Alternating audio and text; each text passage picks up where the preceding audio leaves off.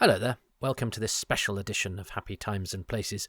It's rare that I do this, but there's a warning at the top here for a rude word. And it's not it's a word that ends it in T, but it's not that one. It's the one that also, it's the same number of letters, and it also begins with T. So I think it's a milder form. I think, if somebody called me a T that ends with T, I'd be, yeah, but that's me being a T that ends with T. That's different to being the other four-letter word that, hangs around the same area, that also begins with a T, but also ends with a T, but doesn't begin with one. I think I've given you enough information. Anyway, that is used, but I think in the context it kind of justifies itself and is reflective of the feelings being enunciated and a response to a particular set of circumstances that I've decided to keep it in. I have made slight edits to this from the version released on Patreon, just in the interests of harmony and being nice, but the general thrust of it all remains. Talking of Patreon, I have already done, as you will hear me allude to in this edition, the 10-part version of the War Games, which has the historian Michael Herbert giving his very thoughtful and insightful views on the War Games.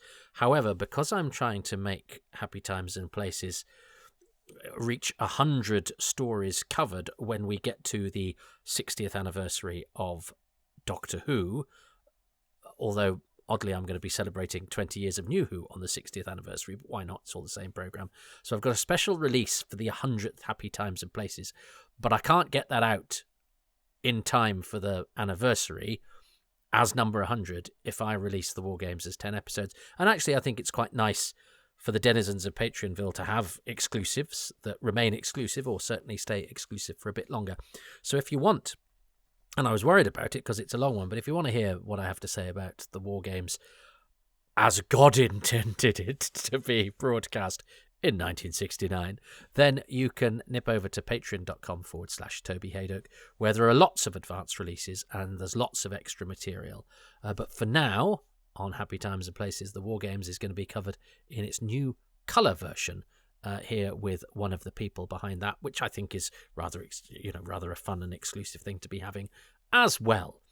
So yes, a warning of a little bit of swearing, a little bit of confrontation, but also a reminder that the fuller version of the War Games, the original, is covered in Happy Times and Places. But for now, that's going to stay on Patreon as an exclusive, and it's a good one. I'm very proud of it, but I'm keeping it over there for a bit, but not for avarice really, but largely to make the numbers all fit.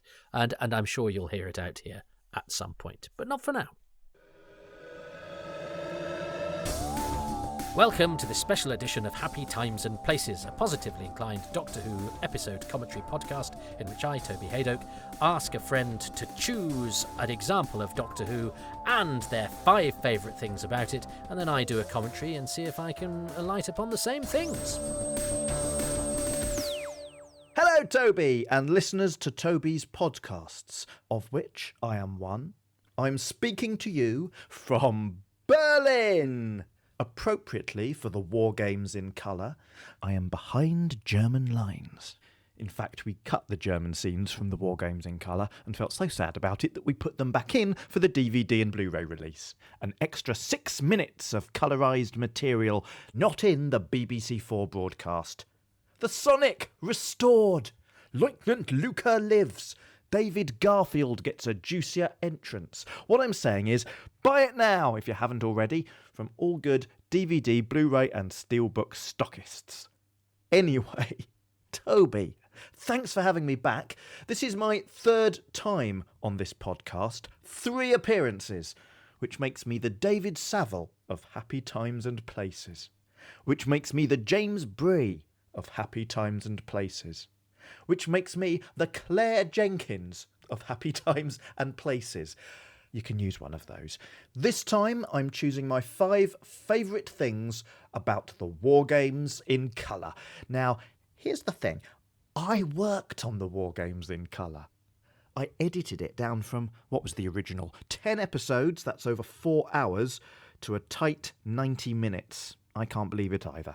Early this year, you watched the original black and white 10-parter for Happy Times and Places, with Malcolm Hulke biographer Michael Herbert choosing his favourite things about the 1969 serial. So for this, I'll keep my favourite things specific to our in-colour omnibus, as you asked me to do. So they'll either be my favourite things about the War Games in colour, or things about the War Games that I fell in love with thanks to our in-colour version. However, for the record, just so Happy Times and Places listeners are in no doubt, I love the full-length black and white version of the War Games too. All of us who worked on the War Games in colour do. It's why we made our cover version. Like the 1969 original, the War Games in colour is a labour of love and devotion, and we're rather proud of it. So, let's do this. I'll try to pepper my favourite things with some War Games in colour behind-the-scenes trivia, because, well, it's that sort of podcast, isn't it? See you in 90 minutes, Toby, if you're watching on iPlayer, rather than the extended DVD and Blu-ray cut. I'm assuming you're iPlayering this. Enjoy it! Don't pull your punches. Good luck! Godspeed! Be home in time for Christmas. The War Games in colour. Here we go.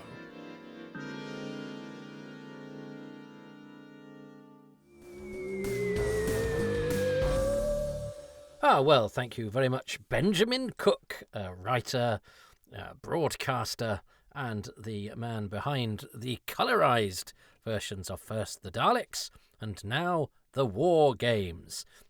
And as Ben alluded, I'd done all 10 episodes of the War Games in black and white, which I may keep as an exclusive for patrons just because it's nice for them to have things that nobody else has. And because this way I can release the War Games out into the wild and only take up one episode, which means I get closer to episode 100. And I'm keen to get to episode 100 because I kind of aim to get to episode 100 in about March, because I've got something very special to release for then. So the quicker I get to 100, the better. So I'm doing some new series episodes, and this is a great way of doing the War Games and using the slot that the War Games took on Patreon, but only take 1 week to get through it rather than 10. Well, although on Patreon you get 3 releases a week generally, so three and a bit weeks. But anyway, let's not get into that right now. We're just doing the War Games in colour. This exercise that was put out Christmas 2024. It's now in the middle of 2025. So I've only seen this once, and I thoroughly enjoyed it when I watched it. I'm like everybody else. I find it quite slightly bizarre, actually, that people. I'm glad Ben took the opportunity to point out that he really likes the 10-parter in the same way that people who do cover songs of songs like the original song. And I did listen to I think it was a podcast or it was a YouTube or something where some people were getting very cross and saying, "How dare they desecrate the holy writ of Terence Dicks and Malcolm Hulke." And here's words from Terence himself, and then quoted from an interview with Terence Dicks where he said, "I think it would have been better off as 6 episodes anyway. It was way too long. Should have cut bits out of it." So, I mean, one, I don't think it is desecrating the work of other writers to, especially when the 10-parter still exists and is still out there in all forms and will probably be my go-to version just because I'm a nostalgist. But I'm perfectly happy to have an alternative version that's something that might have brought punters in over Christmas. It's a new way of experiencing and looking at it. And, you know, sometimes people just do a thing because they want to do it and they think it would be nice. You don't have to assume arrogance on their part. Of course, everybody wants to make something they think is good. I don't think that's arrogant. And they're not saying they can do it better than the people who did it in the first place. It's a way of going, let's reframe this in a way because not all modern audiences want to watch 10 episodes of black and white. So let's do this and have some fun with it. So I'm glad Ben made that point, and it did amuse me that, as I say, somebody I listened to harangue the production team for their audacity, then used as evidence to Terence Dicks, saying completely the opposite to the point that they were making. Anyway, look, and you don't have to watch it, but I'm happy to have an alternative version. As I say, the default will always be the original for me, because I don't really like it when there's a glitch in an original episode that is removed or reframed in a bit of modern restoration. I like things as they were, but that does not mean that I resist anything that's happened since about 1978. I think you can do both.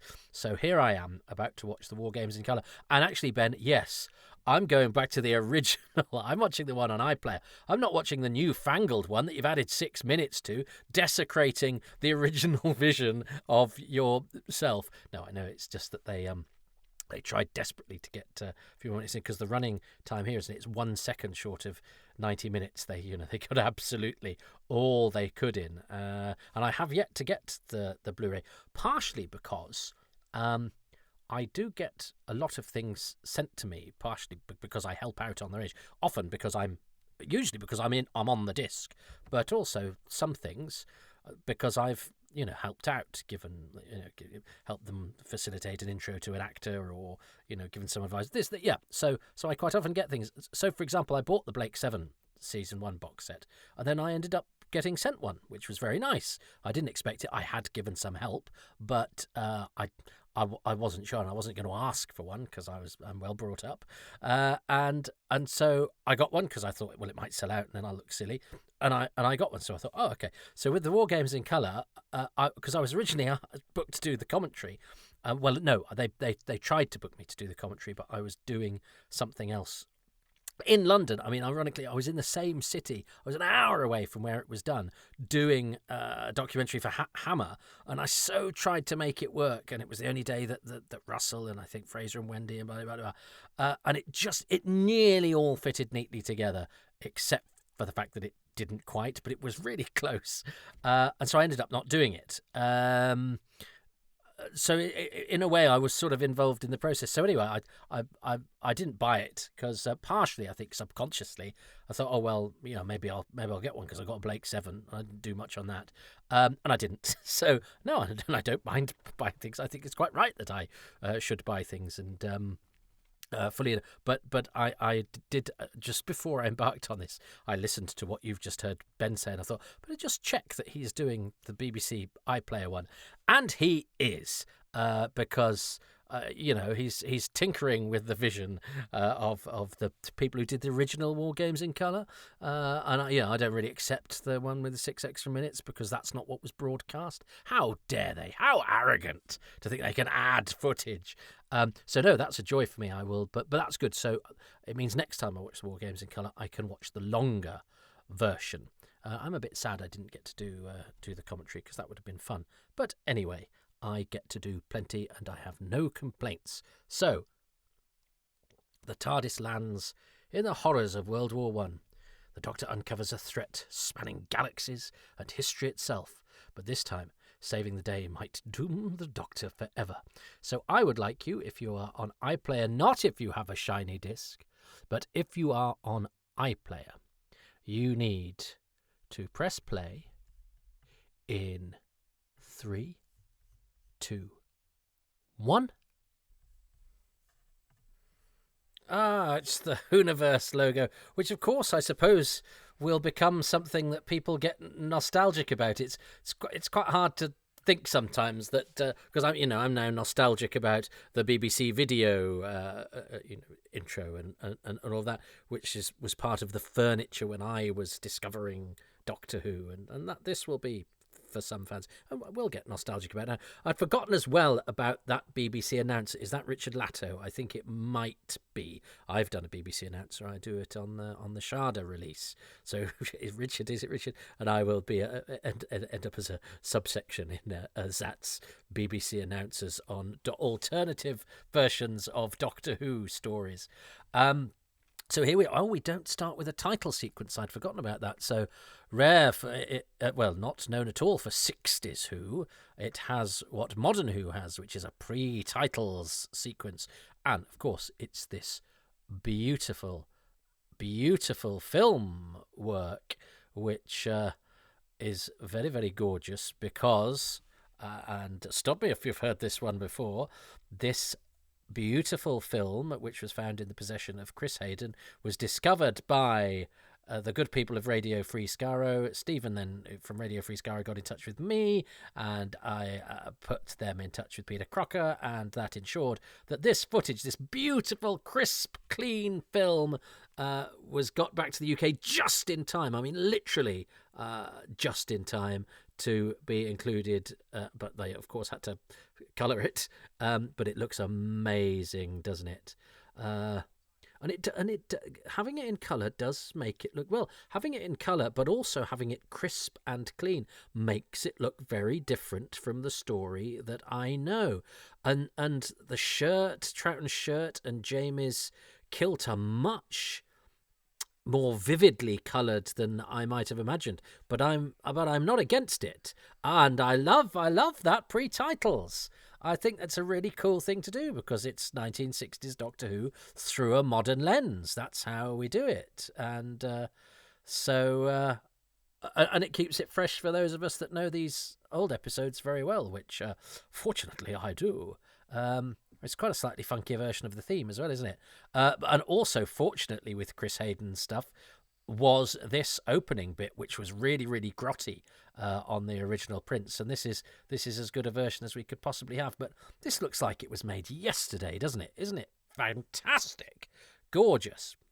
I have to say, I think World War One. I mean, I know it's a programme now, isn't it? World War One in colour. But I actually think World War One is slightly more atmospheric in black and white because I associate it with, or I mean, I used to watch The World at War and all those grubby sort of black and white shows, which had footage that hadn't been tarted up and hadn't been made nice, and it made it seem like it was from another time and slightly untouchable, and so therefore inhabited by ghosts and slightly haunted. But those ghosts, we know, they might have died 5 minutes after they'd been filmed, or so which makes it even more haunting. So you lose a bit of that having this in colour, but I'm not sure that's a bad thing because it's quite unpleasant and probably specific to people of my generation because that's how we consumed our understanding of the First World War. So again, for a new audience, I think you probably need, actually this helps for a new audience for whom the past needs to be brought to them. I think that's a curious generational thing in that I think we were led to the past and shown it as an example of a place to learn from, whereas it seems to me modern generations need stuff to be made relevant to them or more accessible to them so that they have an angle on it. And that's an observation, not a value judgment. It's zipping through this at a much speedier pace than I am used to because it's got to get 10 episodes down to, well, the equivalent of 3.5, which is extraordinary. The Water End Wars. But I mean, it does look so immediate, doesn't it? I hadn't expected them to do the war games because it's not a story to me that shouted, "Make me colourful." I imagined a science fiction story would be better for that, but of course, I mean, spoilers, this is a science fiction story, but I don't think of it as that, maybe because it hasn't got monsters in it. But I thought maybe Tomb of the Cybermen would be the obvious choice, and you don't have to cut too much out of that. I just thought it was a massive task, but I do think it worked. Lovely Terence Baylor. I'm Terence Baylor, and so is my wife.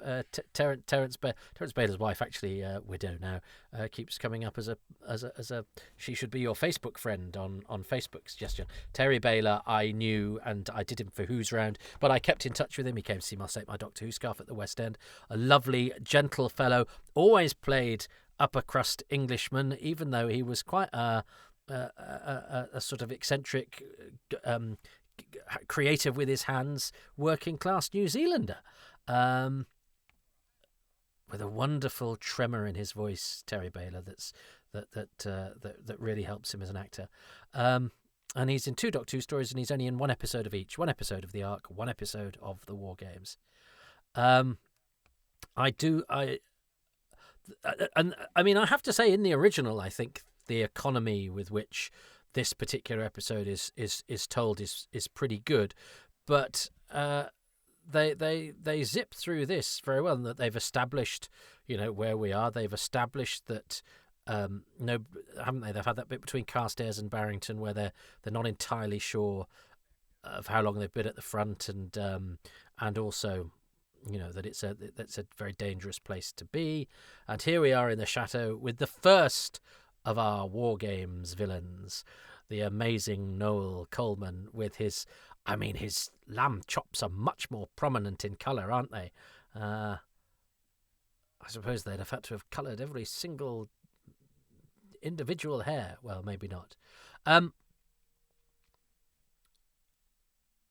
So, and of course, yes. So the music is slightly.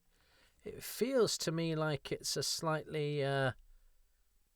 I can see more individual. I can hear more individual bits of the music, and I assume that's something very clever Mark Ayres has done with the rendering of the music and its mix into the sound and everything like that. But so again, it feels quite fresh. But God, you can see every bead of sweat on him, can't you? So we're how long in now? 7 minutes in, 7.5 minutes in. Oh, there's an establishing shot.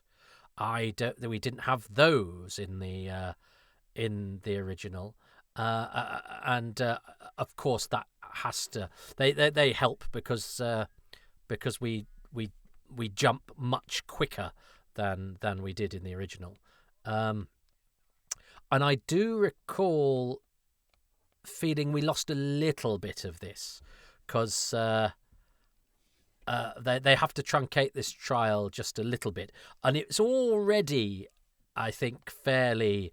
The doctor doesn't get much of a chance to defend himself, and off we go. But I think it does cut out, doesn't it, the bit where they go away and come back again. But I don't know if that's because I know what's missing. Do we have the bit where he hypnotizes them? I'm sure we do. Yeah. So we don't have the bit where they go away and where we have Barrington and Ransom going, well, seems all right to me, which I think is a good contrast because we've set the war up as being so awful. But I think there's a certain dignity, and it's a very British thing, I think, isn't it? That well, no, I think all cultures have their way of doing, isn't it? Of being proper in war, of trying to remind themselves that they're still human whilst doing really inhuman things, and where death is every day. We have certain protocols and etiquettes that make us think we're at least we're doing things properly. But the Britishness of Ransom and Barrington going, well, no, I think they're absolutely okay, and they have to be turned away from that. There's still fair play, even though it's the war to end wars and it's a terrible place. I love that little kiss that he gives her on the head. It's Smythe putting on the glasses and going, they are all guilty. Oh, yeah, another establishing shot. Now, did they actually go to the location to get those shots? Because they're new for this, aren't they? Definitely, he says, suddenly getting doubtful and going, no, maybe they're not. No, I'm gonna be bold and say I think those establishing shots are shot especially for this.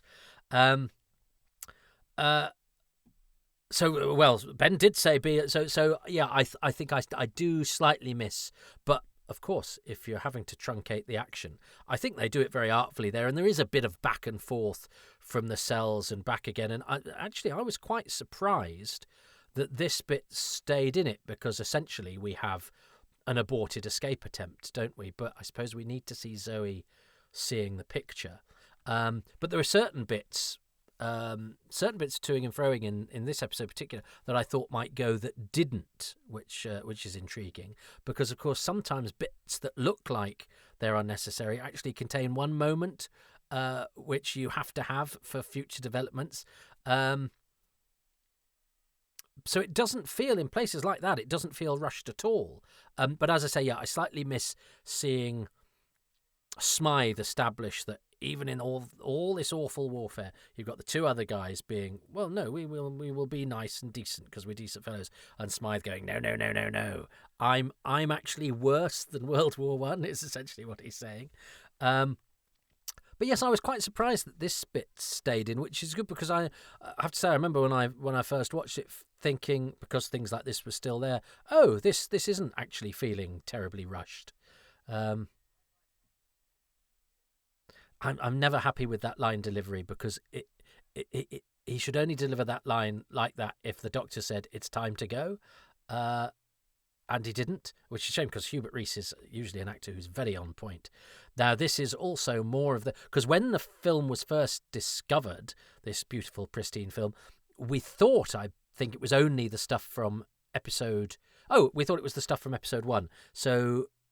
No, I think we thought initially it was only the opening sequence, and then it turned out there was this as well. So we thought, oh, it's just the stuff from episode 1. But then it turned out there's a little bit from episode 2 as well, including a couple of extra frames that weren't in episode 2 and are in this. And also, it means that they didn't have to cut out the bit it's coming up. I love that cliffhanger in the original. This all looks great, though. And this looks much clearer than I'm ever used to seeing it clearer. And it means you get the full benefit of these wide shots of the soldiers and everything, which you couldn't really see in the out-of-phase, black and white, mucky. But this looks like it was made yesterday. But we've got this bit coming up. Episode 2 popped up here. But because we have the clean film, it means they didn't have to do... Because I remember when the... when I was thinking about the episodes being released on VHS, when at that time they were all edited together, I thought, well, if they do the war games, they're going to have to actually cut out bits of the action because the episode numbers go over the action. By the time the war games came out, they didn't do that anymore. They left them episode to episode. However, for this, of course, they have to cut out the bits where the episode captions appear, but they didn't need to with that because they've got the clean film. So that was a bonus. Not only do you get that section, although they could have done without it, to be honest, because you see the Doctor and Zoe make their escape, but it's nice that it's there without the episode 2 on, and also a couple of extra frames which were not in the original. So that's really cool. Yeah, I think that's really jolly and really fun. Yeah, it's only a couple of extra frames, but isn't it amazing how there are still little tiny bits of things that most people, even including a lot of Doctor Who fans, I'm always puzzled as to the quality of this shot, because it's not the shot of the soldiers, but the shot of the Doctor and Zoe in a tree, which is pretty grotty. Certainly not as good, is it, as the film we've seen. But of course, nothing is going to be. But it's better than it's not. That shot from the tree is particularly grotty. Peter Stanton as the driver here. My friend Ben Jolly found him and did a hello and got a picture, but he's no longer with us. But he's such a small contribution to Doctor Who history. Drives a car, shrugs, off he goes. But he's credited. Beautiful car that as well, isn't it? But yes, that Doctor Who, even now we could find little bits of extra. And I love the idea of a couple of extra frames being a thing to get excited about. I get excited about it. Here is Richard Steele as Commandant Gorton. I'm having my tea. He says tea in a rather wonderful way. He's not unlike Richard Matthews, who plays Rassilon in his... in the Five Doctors, in his diction. They both sort of talk a bit like this. And he's in Doctor Who in 2 stories' time, in Doctor Who the Silurians, playing Sergeant Hart, and it's a very different performance. And he's also the Geordie Guard in Mark of the Rani. So a versatile performer. But I love this. I love his sort of slightly harassed pompousness, and Troughton is absolutely magnificent here. It's one of my this was my choice for episode 2 of the 10-part black and white is Troughton and Gorton's sort of face off, and Troughton being wonderfully furious. And here's lovely Tony McEwen as the Red Coat. and then there is much more music, isn't there? I have to say, I think this colour version, as well as I like the sort of brightness of the colours and the way that the reds are quite vivid, but I think it really shows us the amount of detail in the sets. I think a lot of the detail in the sets is slightly lost in the black and white because everything's grayscale and of different rather similar hues and contrast. But and I love the fact you can see the dirt on his face and everything. But I think the detail, I think Roger Cheveley's sets, now the colour space sets are obviously quite visually stimulating even in the black and white version. But I think these Earthbound sets benefit a lot from the colour. Here we have Lady Jennifer and Lieutenant Carstairs, another joyous element of the war games, and I think I think the fact that we never see Lady Jennifer after she leaves is an odd decision, especially if she's played by the producer's wife, because she's sort of set up to be a sort of second tier of companions, and especially as they set up the idea that these two might end up together. I like the idea of them ending up together. It is a bit sad that Lady Jennifer just kind of disappears. I like Tony McEwen as the Redcoat. I think he's sort of sweet and guileless, and what I like about this as well is, of course, that what the War Games does is it shows that and this is nice. This is rejigged, isn't it? That we're having their story interspersed with their story, which would be too much back and forth for a 60s story. But I think again, to make it modern and to have the story unfold at the same time but from different characters' angles is very clever. That's a beautiful interspersing and juxtaposition. They're good. These are good editing choices for this particular version. I love all of this. Yes.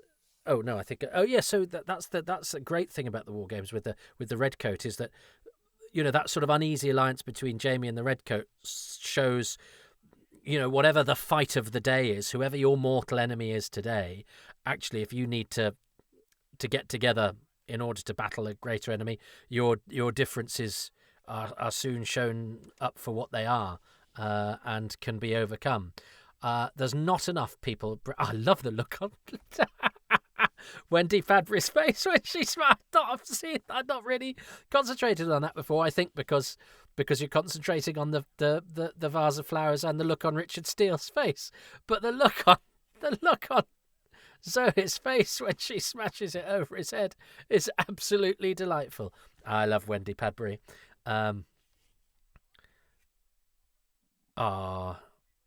There's a lot of jolliness, isn't there, in the War Games? All these God, First World War must have been so grim, and yet the fact that everybody sort of kept a stiff upper lip and did the thing. I mean, we talk of it as, I think we look at it as being slightly ridiculous, the stiff upper lip thing, but it does show that stoicism is actually a way of getting through terrible things in a way that I think sometimes we lose sight of as we try to negotiate our way through much less terrible things. And but maybe that's just because I'm getting old. But I admire the ability to remain cool and have a veneer of civilization. When faced with the terrifying. Again, this is a very good way of playing out the scene and getting the information that we need, but just breaking up the very straightforward and consistent visuals that 60s telly gives us. And I'm not missing anything here. I mean, this is racing along. This is kind of how you'd do it today.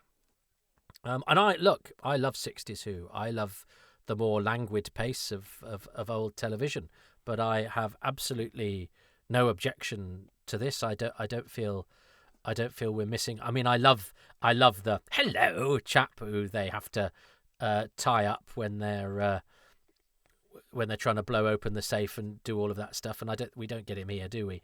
And he's an example. He's called Lieutenant Crane, played by David Valler.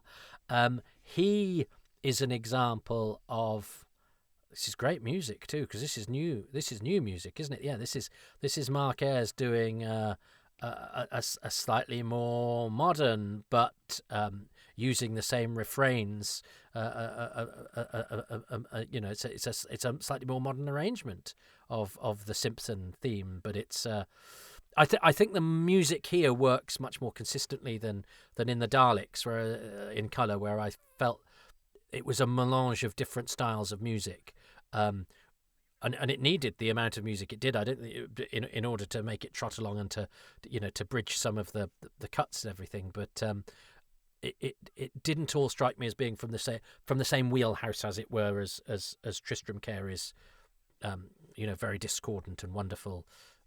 And very strange, but also very 60s Dalek soundtrack. Whereas this seems to me much more consistent. I'm aware I've used the word wheelhouse for a musical metaphor, which I don't think. Anyway, let's not get into my metaphors, because they're like. Let's not get into what they're like. Well, that would have been a sim. Shush. Now listen. I was talking about David Van Lieutenant Crane, who is not in this, and it doesn't miss him. But it shows the great strength of 60s Who is that, if you need an episode to have a bit of action that actually doesn't really impact on the rest of the story, you introduce a fun character who's well played, and he's a very welcome guest in the episode, and then he's gone. And he's delightful, and he's a lovely cameo. But you also don't need him, and you can chop him out, and it doesn't do the story any harm. So that's a testament to how well and artfully 60s Who did that sort of stuff, and also to how, this version of the story goes at a greater lick, and doesn't actually suffer from not having him, because you don't need him for the story. And here we are. Near the end of episode 2. So we're near the end of episode 2, and we're 23 minutes in. So we've basically done 2 episodes for the price of 1. 2 episodes in the length of 1. And obviously I've noticed some things that we've missed, but and of course, because the War Games is a couple of different stories, really, isn't it? You've got the mystery of the what's happening in the war zones, and the time melding and all of that, and then we spend a lot of time with the warmongers, as we decided to call them, the war people, and we're a bit more sort of 60s sci-fi space station-y type stuff, although that does it down, because it actually has its own vibe and feel, the sci-fi stuff of the War Games, which is actually rather unlike anything else in Doctor Who. These Roman soldiers look good. I think they look better in colour, because they're a different. They bring a sort of different livery to the screen. It takes some getting used to. I think some of this stuff where we hear, like Zoe saying, we're being attacked by Romans or whatever, and we know it's clearly dubbed over from scenes where we would have seen that dialogue coming out of the actor's mouth. But again, that's how you do it. I think we missed the one who opens his mouth really wide. Oh, no, we don't, do we? Yay! We've got the one with his mouth wide open. I'm glad he made the cut. But it cuts just before the episode 3 caption appears. I wonder if we found that bit of film, if they'd have kept him mouth agape as long as the film sequence persevered. No, they were the Romans. I like the way Troughton says that. He's very straightforward about. He doesn't dress it up, does he? He goes, no, that's it. But I think there's. I don't think they dispense with the mystery build-up. I think there's still plenty of that. I do miss that section of the trial, I think, but not. I don't think it harms this, but it's the one bit, I think, that knowing the other version, you feel its absence maybe so far. But and now they're back to the chateau. I mean, funny enough, even seeing this truncated version, and expecting bits to be cut out. Oh no, David Valler's in this bit, isn't he? See, that's the amount of back and forth there is. They've come to get the map. David Valler's in this bit. He's in episode 3. So yes, that's when they have to, because they're blowing up the safe with the hand grenade. Don't write in. God, and I only saw this the full version about 5 months ago. It's yes, because I'm getting confused with all the chopping and changing. Oh, I just got it wrong. That's all right. I got it wrong. That's all right. Own it, Toby. And here we have now. That's slightly better quality, isn't it? So that does stick out a little bit. But I like the establishing shot of the Warmonger's palace. But yes, but I was surprised actually watching this, how much back and forth there still is, even though they've cut a lot of it out. So because I think I was watching it expecting a lot of the back and forth to go, I was like, oh, they've kept that back and forth still. Now, Ben alluded to it, didn't he, that we don't get an introduction for David Garfield's Von Weich, who is a great character, and we don't get Greg Palmer's Lieutenant Luca, who is a very sweet character who gets to see the sonic screwdriver. But I believe that is in the longer version. And we do we get time travelers? I wonder. Yeah, which is a very rare thing in Doctor Who, to actually have the inner thoughts of someone. But yes, so now we've been introduced to the space aliens 27 minutes in. So I think we get enough of the sort of non-sci-fi build-up, even though we've got the picture, the telescreen behind the picture. Because I do like that about the War Games, is that the mystery unfolds quite slowly, and I still do think we get enough build-up. It didn't seem to have undue haste, and as I say, I was surprised it had got quite as much of the back and forth as it has, which goes to show just how much it is sort of built into the scenario. But I think a lot of this location stuff, I love black and white, but I think a lot of this location stuff looks a lot better, and I'm sure some of this film stuff looked much more out of phase in the versions I'm used to. So have they managed to stabilize out of phase film in a way that for years I know was impossible? Talking to Peter Crocker about it, there's that out of phase was one of the biggest bugbears that they had, because there was no rhyme nor reason why some film sequences were out of phase and some weren't, and that this stuff's definitely much more out of phase in the black and white version that I'm used to. So these pictures, just in and of themselves, look much better than I'm used to seeing them, irrespective of the fact that they're now in colour.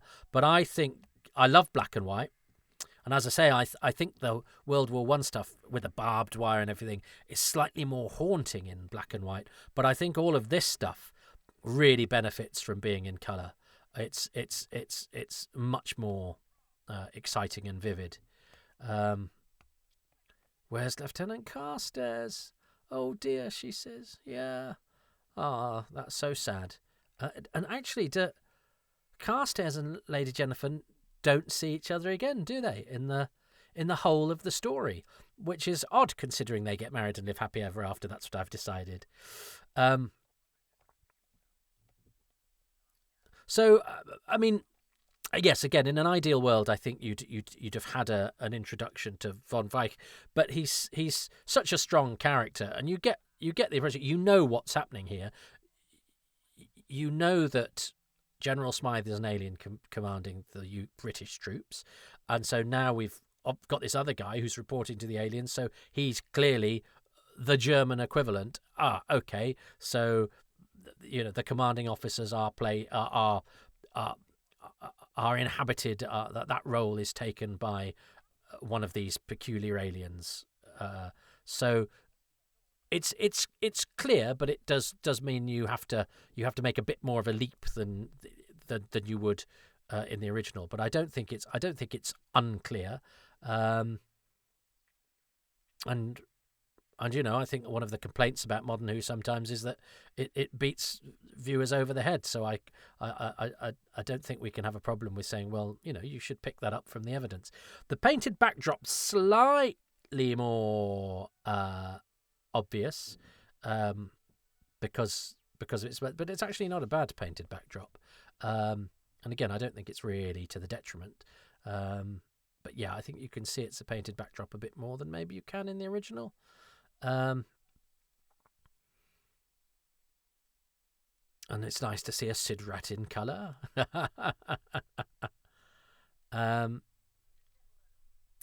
Yes, and of course, it's a milestone story, which is a reason, I suppose, to make it in colour, to make it the subject of the second of these sort of special editions. And I suppose, you know, I would be interested to know how many. I do know that anecdotally, here's the end of an episode. So that's the end of episode 3. So we're at the end of episode 3 now, in 31 minutes in. So there's not much of episode 3 at all, is there? I like the lighting. The lighting in this works in colour as well, which is good. But it's a milestone story. I do know some people who are non-Doctor Who fans who were drawn to watch the Daleks in colour out of curiosity and did watch it and said some of the stupid things that modern people say about, some of the sets were small, were they? And I go, what do you expect me to say to that? I just think they expected me to say, have you spotted something made 60 years ago? It didn't have the same resources that we have now. Anyway, but I haven't had the same conversation with the people, because those conversations can be annoying. So I don't know how many sort of non-Doctor Who fans watched this. It's amazing how some bits really do benefit clarity-wise from the colour. Oh, I didn't know. So his kerchief is purple. That, like seeing those soldiers sort of in further away and in the back.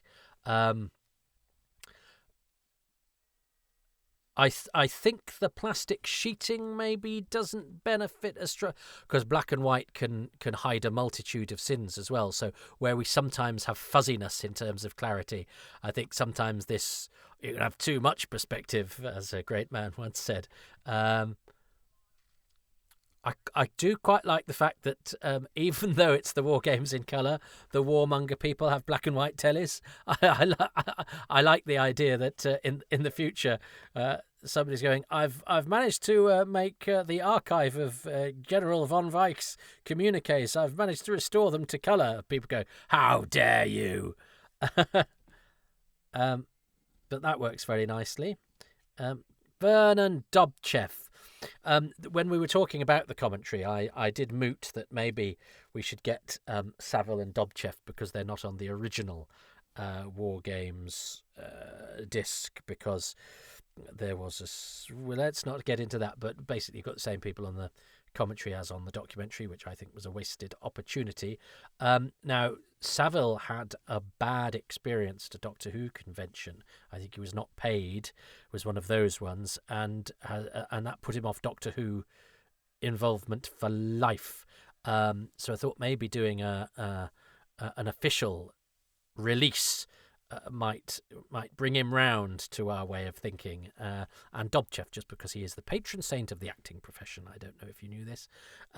He's goes to any first nights in London that he can, always sends good luck cards. You can read about him in Rupert Everett's autobiography, which is delightfully called Red Carpets and Other Banana Skins. And you can listen to my interview with Dobchev that I did for Who's Round.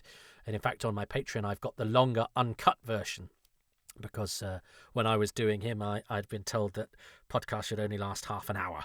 And he has more than half an hour in him. And I, was at pains to cut him down to half an hour. So he's restored to full. I've done the opposite to him than has been done to the War Games.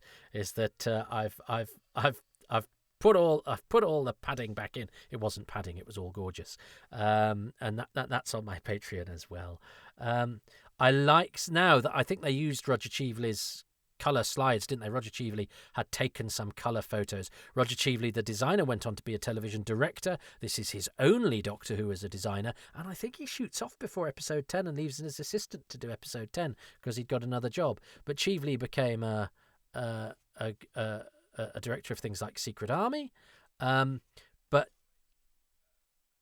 I think he's I think they've used the color reference from his slides to make sure that they match the color here matches the reality. Rudolph Walker, who there was a lot of he's listed in the Radio Times as one of the actors in it because, of course, he's more famous now than he was then because he's Patrick Truman from EastEnders, and he did an interview for Doctor Who magazine around the time as well, didn't he? And it was nice to see him getting some attention for being in Doctor Who. He's great in this, and it's a great part. He doesn't actually do as much here as he does in the in the original, of course, because every character loses some moments. But it was interesting to see how, the publicity for this, just even things like the listings in the magazines and stuff, point out or emphasize the contribution of an actor who has taken more relevance and status since the show was made. And of course, again, we have to kind of pick up. I mean, it is a surprise in the war games, isn't it, that that they multitask these warmongers? Is that if you want to do Germany and America, I wonder if General Smythe sort of turns up, in a toga in the Roman zone as General Claudius Maximus or whatever. And now, how does? Because I know that in the gorgeous remastering that went on between video and DVD, you could see the gauze on David Garfield's makeup. It's almost too good looking, but I didn't actually notice there. It didn't hide any sins, as it were, and you can see every gleam. It's very clever, isn't it? I don't find this. I know some people found this too choppy. I don't find it too choppy. I think it takes some getting used to if you're used to the televisual grammar of the 1960s. But I don't think it's a compromise in quality. I think you have to allow yourself to speak in the language that you are being spoken to in, which is different from the language of classic Doctor Who that we're used to. But I think if you go into it with your eyes and ears acclimated to that, I don't think it's jarring. There's the occasional bit where you go, oh, okay, the geography's slightly changed or people have moved very quickly, but I mean, you have that in the way that modern stuff is cut anyway. You don't see people go from one end of a long room to answer a door or necessarily in real time. Television does sort of nip frames out of everyday actions, because that's not what you're watching television for. You're not watching television to see somebody answer a door in real time, or pull up in a car, get out of the car, walk up the path, open the door. We get loads of that in old television, establishing shots. I was watching something the other day, a play, and you see the car pull up and it stop and the people get out all in one wide shot, and they get out and they walk up the path and they knock on the door. Well, now you would have one of those moments, probably just the car pulling up. That's it. Charles Pemberton, glad he. Now that line is a piece of dubbing. Again, I guess Richard Latto, which you're going to do if you want to.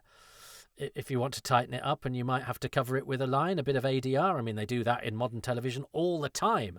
There's been a few modern Doctor Who stories where you can see that the plot faults have been kind of ironed out with a judicious wide shot or a close-up of somebody else whilst another actor dubs in a line that helps to explain something that either wasn't explained or didn't lead us to something. So that's very in keeping with on telly, and I have to say I think it's probably done more artfully in the War Games in colour than it was in, say, I mean, to pick an episode at random, Legend of the Sea Devils. I also noticed you can see the hole in Troughton's trousers very, very clearly, which is delightful. I mean, I think his trousers are held up by a safety pin, aren't they? And they've got a hole in them. I mean, they're really falling apart. The show is kind of falling apart at the seams, but Troughton was always falling apart at the seams, which is rather jolly. Now, obviously, I speak a lot about the War Chief in my commentary on episodes 1 to 10, but I have to remember that a lot of you are listening to this without that context. I love that piece of... because that's right. Of course, that's the piece of music everyone got furious about, because they're saying he's dark-eyed, he's got a moustache, he's a baddie, he's a Time Lord. It's the Master, and here's a musical cue that will suggest it. And I saw people get absolutely furious about that. It's a great piece of music. I love it as a piece of music. But there's nothing in the story. It's only if you take a piece of music as canon, because nobody can hear the music. So I think they're being playful. Again, it's how you characterize it. You can say, oh, God, they're being arrogant and they've chosen to rewrite Doctor Who's history by saying the War Chief is the Master. How dare they, arrogant fans? Or you could say, they couldn't resist the temptation to flag that up as a bit of fun and go, oh, is it? And you can either go, yeah, I believe it's the Master, or you do what I do and go, cheeky sods. Of course it's not the Master. The War Chief is a different character. We see him die, and he's got a slightly different relationship with the Doctor and blood. Oh, I like the slight wobble they do there on the light and the face for the deprocessing. But yes, it's a sign to me that I've mellowed, because I used to get furious about everything to do with Doctor Who, and I certainly also used to get cross with fans who maybe worked on the show or had a say in things, and there's a bit of jealousy on my part, I'm sure. And I didn't like the idea of fans having any impact on the show itself, because how dare they? They were like me. They were a fan. They were nothing. They were nobody. And fans should always be subservient to the show. And how dare they think they could do anything different or better? But as Ben said, they're not trying to do anything better. They're having a play. They're presenting it in a different way, and you can if you want, characterize it as going, God, these awful people, how dare they? But if you want to go through life seeing people like that, I know somebody who will always characterize what somebody does as in the worst way possible, and it's no way to be, because actually most people, even people to whom I'm politically opposed, think they've got the right idea to make the world a better place. I think they've come to the wrong conclusions, but I don't think they're awful. They're right as far as they see, and in this, you can see exactly. Should we have a little play? I see it as cheeky, and I see it as a bit of fun, and it's not like they then dubbed Patrick Troughton in going, "Oh, you're the Master" or anything like that. It's there if you want it to be, and it's not if you don't, and that is ideal. It's a bit like the love of Rose and the Doctor. I don't particularly want the Doctor to be in love, and it's just not said blatantly enough that I can kind of ignore that. I actually do. I like in these establishing shots that the antennae are clearly the bits that you use to get your SIM card out of your Apple phone, because that's what they would have done at the time. They would make models and sets out of existing technology, be it bubble wrap or the thing the time manipulator in Remembrance of the Daleks is made out of, those globes that were starting to come into fashion. So absolutely, if they were to make an establishing shot of the Warmonger's palace, they would use, if in the 60s mindset, using what is available today, of course they would use a bit from Apple technology in order to do it. So I think that's rather artful, and I like the fact it's got the biplanes playing around. It has that thing that Doctor Who does very well, which is putting familiar things together that don't normally go together, and creating a visual clash, a dissonance, a strangeness, familiar things in odd surroundings. That's nicely cut as well, because that's obviously that obviously doesn't jump back and forth as much as it does, and it does lose that slightly silly bit where they punch people from people to people, which I think is there. But yeah, so having the biplanes and the different sort of vehicles outside of the Warmonger's palace, there we are, the tanks and the planes, everything, with the futuristic building, that is a very, very Doctor Who thing. That sits within the visual grammar. That's not what he's saying there. Charles Pemberton has been dubbed, I'm pretty certain. But again, there's some really clever uses of the available material in order to bridge some gaps and shorten some things. It's not just a case of applying the scissors. They've had to sort of piece bits together, because it's not just cutting the story down. It's still making sure that it flows. And I think the art of this is actually sometimes more in the bridging of the gaps than it is in the in the big flourishing moments of going, oh well, we've got these two bits and we'll stick them together. It's actually some of the subtle little bridges that we're not supposed to notice, where some of the genius lies. He's glorious, isn't he, Edward Brayshaw, even though he's not playing the Master. But you can see why. There's an argument to say that he is, and the fact that he dies at the end. We've seen the Master die at the end loads and then come back, so there's absolutely no reason why. And of course, the Master, the first time we saw the Master have a new proper Master in Doctor Who, the guy we'd known as the moustachy, beardy, dark-haired bloke who was a bit arch, changed into a dark-haired, dark-bearded, mustachioed bloke with swept-back hair who was a bit arch. So it could be that the Master's first 3 regenerations were all largely the same kind of guy, but with different levels of archness, Delgado being, of course, the least arch and most suave. But you can see Brayshaw fitting into the image of how we expect. And again, seeing as this is a 60s story, he's less sort of masterly now, if you like, because we now know, because obviously it's more likely that the Master would do what the Doctor does and completely change, whilst retaining certain characteristics, but completely change and not just be a sort of slightly different version of the previous one, which is what happened when, let's take the cadaverous version out of the equation. When Ainley took over from Delgado, there was a conscious decision to visually invoke the most famous version. So you can see why, it would be perfectly reasonable in the 70s to have actually inserted a line and gone, and I remember when you allied yourself with those war peoples, you jackanapes, or whatever. But I don't think he's the Master. But I don't care that they play the music, and I like that piece of music. I see it as a cheeky flourish.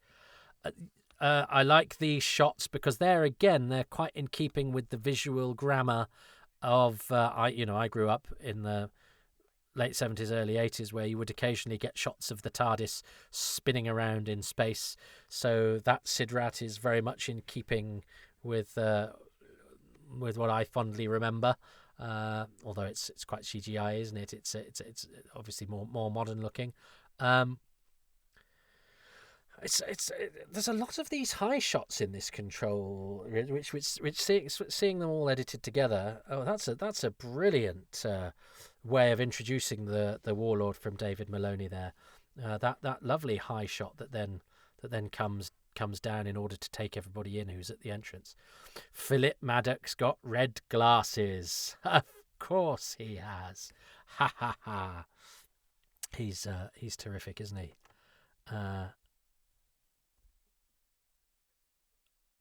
I do love these three villains in colour, in black and white, and I'm just overjoyed that a modern audience can see these guys get an outing.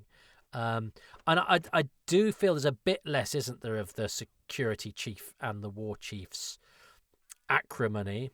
But I think there's an argument to say that their toing and froing goes a little bit. There's a surfeit of it possibly in the 10-part version, but I do feel it's not quite as pronounced in this, so you don't get quite the sense of because the war chief gets increasingly more desperate as the security chief closes in on him, and then when the war chief finishes the security chief off, there's a feeling of a closure, of quite a major sort of contretemps between the two. But I look at that shot. That shot. It's lovely in colour, but that shot works because it's beautifully framed by the director David Maloney, and because you've got three absolutely gorgeous actors, all acting in a totally different style. Brayshaw is giving wonderful, gorgeous, slightly camp villainy.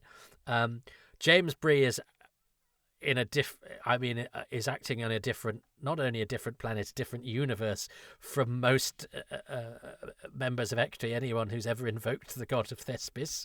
And Philip Maddock is giving his beautiful, subtle, purred villainy that never once dilutes its immense stillness and power.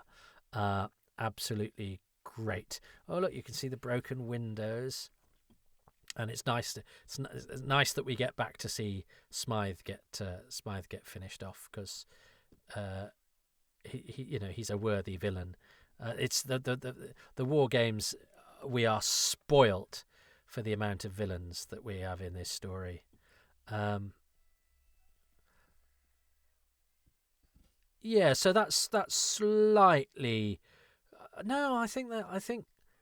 We know that there's a lot that's been chopped out there, but actually you don't lose the sense of it.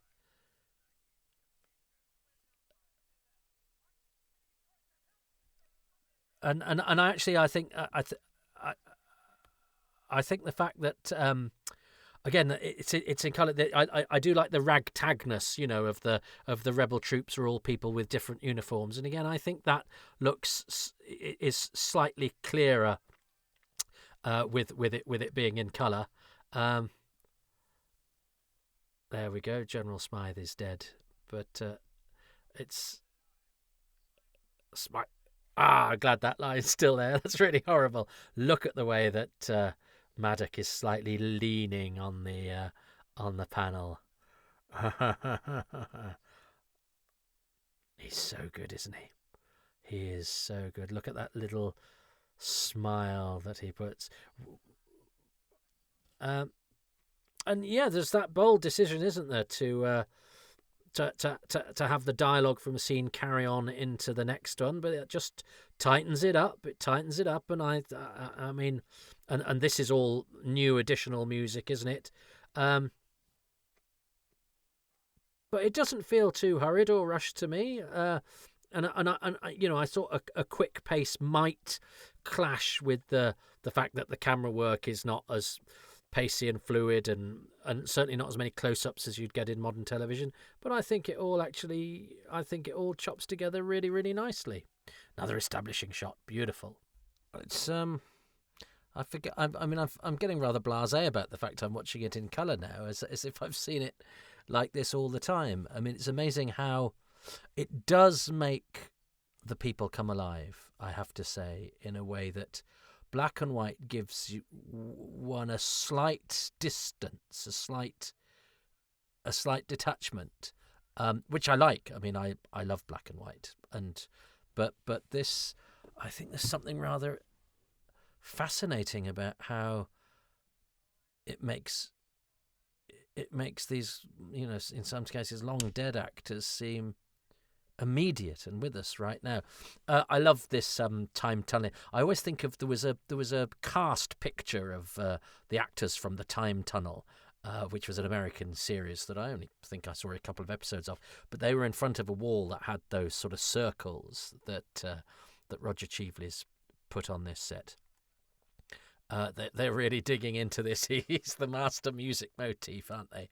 I do love his facial hair and his striding and his. I was talking to Patrick Mulcan about Edward Brayshaw, and Patrick had worked out where Edward Brayshaw lived, and not far from Patrick, and actually sent me a picture of his house as it is today. And it was really interesting looking at the steps leading up to his house and wondering if Edward Brayshaw, touched the wall on either side to help him on his way up to go home, and how that building has probably had many people living in it since, and nobody gives a second thought to the fact that somebody who I would love to have met and walked in the footsteps of, but I suppose we are surrounded by places that Doctor Who people have been in and touched, and I have peculiar thoughts, don't I? I don't know. I just because they sort of live forever in us, don't they? He's got such an amazing presence, and what I really love about this. Actually, this set looks amazing. I love the way they've done the colour of this set. I think it really enhances it. I think it looks magnificent. Oh, excuse me. Sorry, I'm so tired. It's nothing to do with the story. I'm having to fit these things in late at night. But what I love about the fact that these stories get, represented, coloured, presented on mainstream television, is that there's a chance for people to see these performances again. Because, we have to be honest, the chances of the general public watching a 10-part black and actually the chances of the general public watching an edited colour version are probably quite slight. But as I say, anecdotally, I did definitely know people who certainly watched the Dalek one. And I think there's something really fascinating about the fact you're also getting the light on the camera. It's amazing. It's amazing that we keep that little bit of lens flare as well. But you can see he's got wonderful dark makeup, mascara around the eyes as well. I like that because of course, John Sims Master, we do see him applying the eye pencil, don't we? So this is in keeping. But I do the facial hair in the War Games is rather spectacular. But look, Troughton in colour. Have they given him a little bit of a grey streak as well, or maybe they can tell that he has that? I don't know how it works. Oh, master music again. I mean, it's getting quite comical now. But I don't mind it at all. But I love the way he strides around. He absolutely commits to this sort of slightly this Camp Leonine demeanour that he gives him. He's got real attack, and you want this. You want this from the first person. Well, not the first, because we've had the monk, but the gateway to the Doctor's meeting with his own people, which we get at the end of this story. He's clasping his medallion as well. There's obviously a lot more music, and those fridge. I like the fridge magnet stuff, but I think again the fact that they've sort of really drawn attention to it with the colour, haven't they? I do like Jamie's costume with the jacket and the bullets around it. He's kind of embracing the Arturo VR look, hasn't he? And this is the end of episode 8, isn't it? Yeah. Now I had a bit of a tete-a-tete with with Ben Cook, because as you'll see, Russell there, played by Graham Weston, still around, living in Birmingham. That the credits refer to Russell as Captain Russell, because they refer to him, don't they, as the captain of the rebels, but he is Sergeant Russell. He's got 3 stars. He's a Burwar, is it? But he's a sergeant. But Doctor Who Doctor Who fandom's never been very good at ranks, which is why we have a Corporal Lethbridge Stewart, which the Brigadier would never have been. And I think in some of the new adventures they have a Sergeant Mike Yates, don't they? Doctor Who fans need to brush up on their army stuff. But Ben said, no, it's Captain Russell because he's captain of the Rebels, so therefore it is acceptable. And he took my criticism in a cheery spirit, and we had a laugh about it, and that's the way to be. Philip Maddock sits and stands like an actor in absolute command. Even the way that he seats himself is A, watchable, and B, characterful, and he's an actor from the tips of his tail to the tops of his feet, as is of course Patrick Troughton. I love this face-off.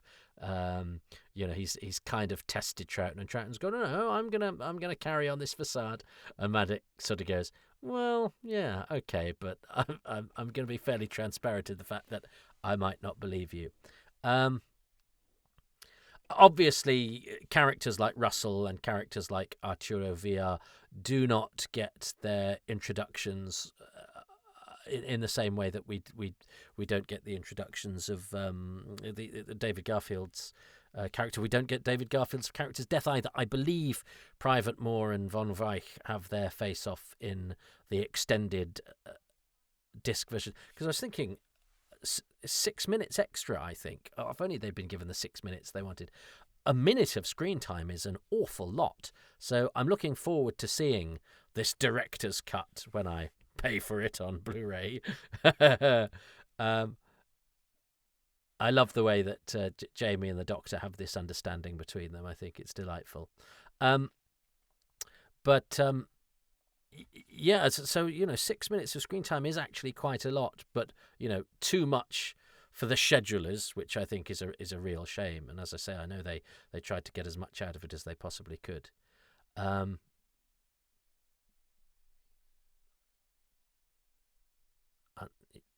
Yes, the security chief is. Do we get now? I can't remember if we get. What a stupid fool you are. What a stupid fool you are, because it is a glorious moment. And I suspect is a moment that Ben Cook loves. I don't know why, but I just get the impression he might. But I don't know if it's made it into this, because... my impression had been from having watched this on the box that I felt the security chief and the war chief's battle was rather reduced, but I knew it. That always reminds me of a voiceover I was doing once for a thing called The Return of a Lower Low, and I was doing a Pathé News, voice of England on the mud, a mild-mannered man from Nancy, blah-de-blah-de-blah. But I had to say something like, the end of the war as they knew it. And the producer, lovely chap, Stephen McGinn, kept saying, no, I want you to do as they knew it. And I was going, as they knew it. And I thought I was doing what he asked me. And I think he gave up in the end. And I got the impression I hadn't done the job that he wanted me to do. But whenever James Bree says, I knew it, I always think of Stephen going, knew it. And Stephen is bespectacled as well, and slightly moon-faced, so he's not totally unlike James Bree. This music is giving it, quite a lot of nice pacing. I like it.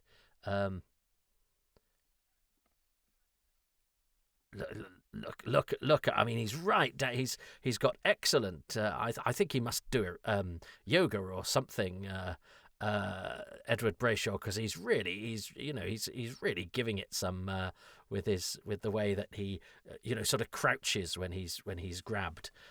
We did not get what a stupid fool you are, which I think is a shame. This is getting to the end of the sort of war games part of the story before we go to Gallifrey, and I think this music is giving it, some pacing and some scoring. Michael Napier-Brown's got really greasy hair, hasn't he? Because he's playing a Mexican. And it's a shame we don't have the because the introduction sort of my goodness, the wobbly desk there is still wobbles in all its glory, because I'm sure there is a way of actually keeping things non-wobbly. Oh, that bit of scenery is quite wobbly as well. I think you can press pause on a bit, can't you, on a screen? But I don't mind that they've kept it as was. That they've also slightly shortened James Bree's death, I think. And then cut a bit of it, in. Because I think the setup of Arturo Villar as a sort of comedy character means you sort of rather enjoy his excesses later on. They sort of set out their stall, but that's okay. I really love the way that Edward Brayshaw acts this stuff. You really need both Patrick Troughton and Edward Brayshaw to really emphasise the dangerous nature of the Time Lords. Of course, we don't. And it's really interesting looking back now. This is before we've ever seen the Time Lords, and we've since come to know them as, slightly Machiavellian, sometimes quite boring.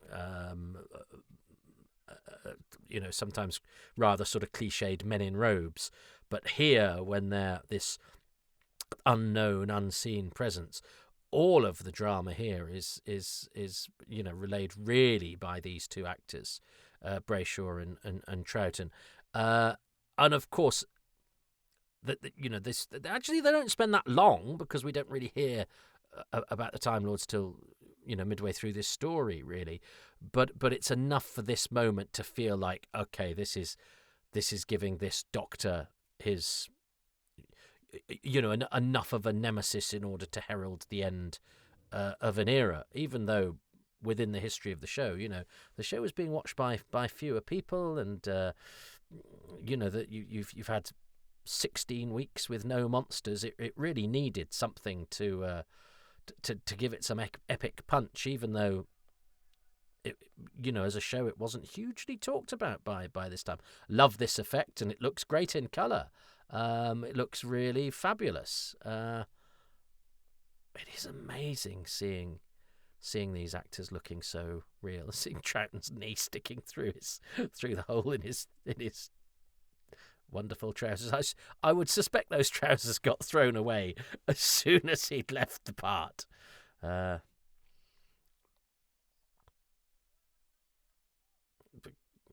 no, it's because they're really dangerous, Jamie. And he's got slightly mucky hair, hasn't he, Troughton? Is it because he's got dandruff, or just because he's such a tumbler that he ends up getting bits of dust and detritus and all sorts of stuff in his hair? I do not know. Oh dear.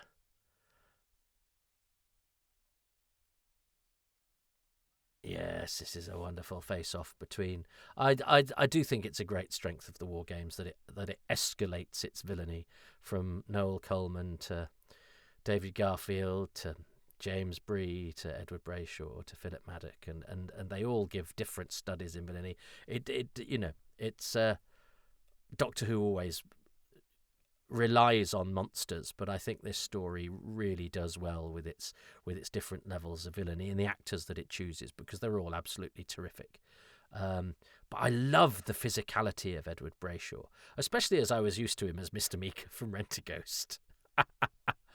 Certainly not the sort of character I imagined him to be playing, but he really commits himself fully to the physicality. Look at how he stands there.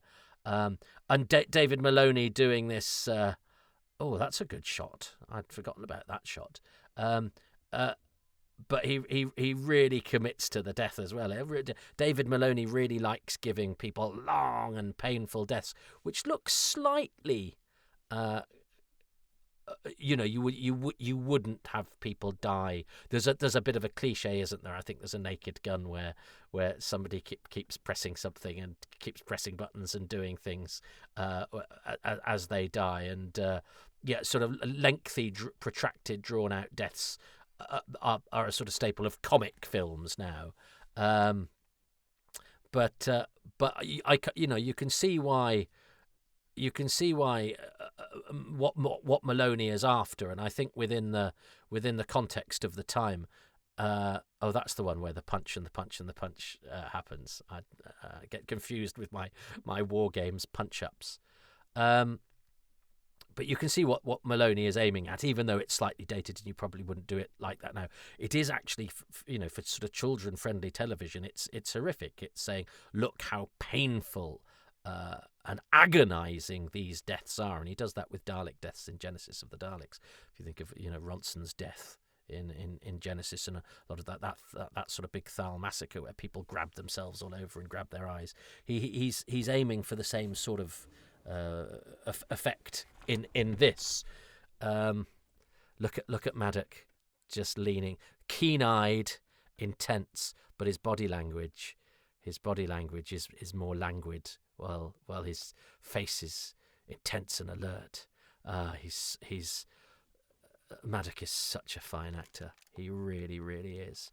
And this is a brief nifty effect. But look at something as simple as a white cube is a really nifty effect. And I'm glad all these characters survive.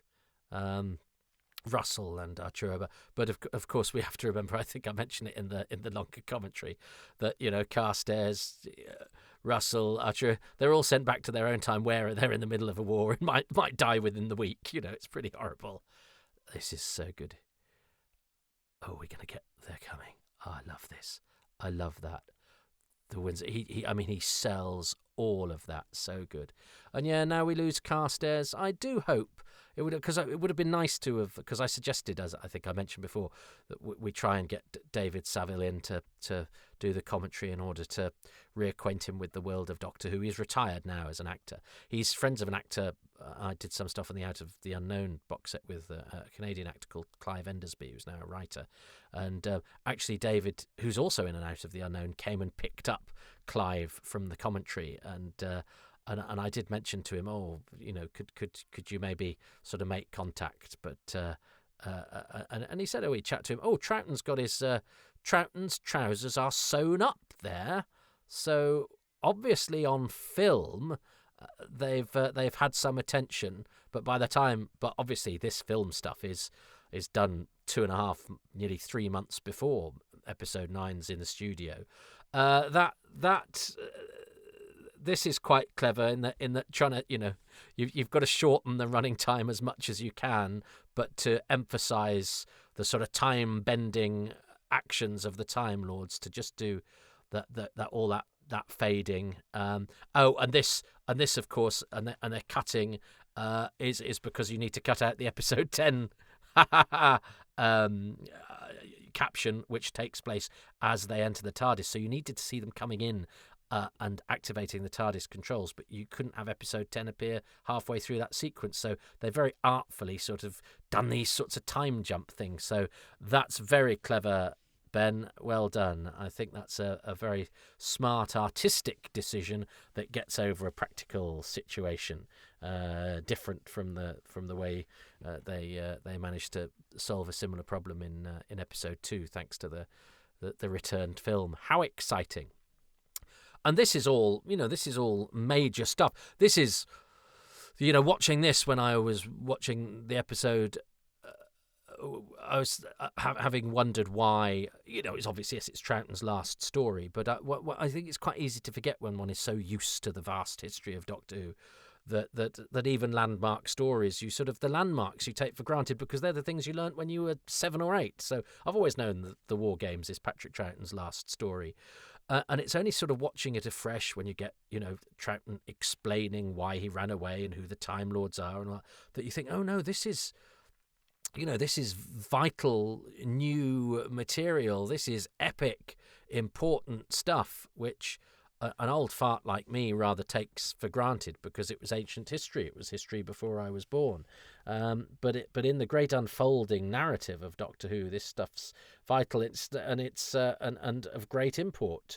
And actually seeing it in colour, in different circumstances, in this different cut, suddenly some of that stuff hits home perhaps a bit more than it does when I watch the episodes for fun. Great. All this new TARDIS stuff is very good. It's a shame that it means we don't get the color the clip from the Missing Fury from the Deep, because of course the Time Lord Citadel. There we are, and I quite like it. I know some people get cross. I rather like it when visuals from modern Who are married with old Who, or vice versa, in order to tie it all together. I mean, part of the fun is watching the old show is, how they will do, say, an effect dependent on what's available at the time. They don't need to do continuity. Sometimes there is, like the Ice Warrior Miralon effect has always been sort of pretty much the same. But then sometimes, Dalek rays or different things are done differently depending on, the director or the technology available. But and in the old series, depending on the director, the producer, the effects available, a regeneration was done in different ways. And I like that, because it means that every time you see a regeneration in classic Who, it's like, oh, how did they do it that time, or how are they going to do it this time, depending on which direction you're approaching it from. Whereas in modern Who, it's done the same every time, which makes more sense. It's more realistic that the regeneration effect is exactly the same every time, and it gives a pleasing continuity, and we like pleasing continuity because we're Doctor Who fans. But I also like the fact that the old series did it differently, and there was no continuity at all, and each one has its own sort of different characteristic. I mean, it means, now. This is obviously different in that they've chosen, presumably, things from stock footage or from BBC clearable stuff of wars. I'm hoping it's fictional. I'm not sure how I would feel about actual footage from. Well, that of course is because there were no. But I'm not sure about the World War I stuff. Is that actual footage from World War One? I would not be sure how I felt about that, because I'm not sure how I feel about actual real people from history being co-opted into the frippery of entertainment. Obviously, if it was something sort of slightly higher end than Doctor Who, in the sense that it was making a serious point about, well, this is making a serious point about war, but it's tea time entertainment. Anyway, let's not get into the morality of sourcing photographs, because nobody cares. But I think that's better than the drawing. I remember being quite surprised when I saw episode 10 for the first time, the amount of drawings that were used. Why would the Time Lords use drawings? And it's because, well, that's what's what the production team have got done. Trevor Martin's eyes are amazing. They're amazing in the actual one, but the addition of light there as well is extremely effective. And we never quite get the explanation as to how the light works and why the warmongers struggle with the light, or if everybody does, or what the Time Lord light does. But I like it. But yes, there's dear old Trevor Martin, the stage doctor. What a wonderfully rich-voiced man. Bernard Horsfall and Clyde Pollitt is the other one. So they all have great connections outside of this. Clyde Pollitt returns in The Three Doctors with a very falsetto voice, and his brother Derek Pollitt is Driver Evans in The Web of Fear. Bernard Horsfall, of course, is in loads of Doctor Who's, including playing a Time Lord again in The Deadly Assassin. And Trevor Martin never returned to Doctor Who, but he did do the radio in The Ghosts of N-Space, and obviously some big finishes. Fine radio actor. But yes, the stage doctor in The Seven Keys to Doomsday. How delightful. Right. Oh, so we don't have the yeah, and there are some bits of capture and escape in this episode that I don't think the episode really loses. Although actually when I did the 10 part, I found episode 10 to have a high sort of action content that was pleasing, but actually now that's interesting, because of course the Warlord is dematerialized in the sort of Sidrat landing bay, but it's following on from when he's been on trial, and because we don't we have his aborted escape attempt where he's rescued by some of his fetish gear followers, it means he gets dematerialized in a different location from where we've seen him moments before.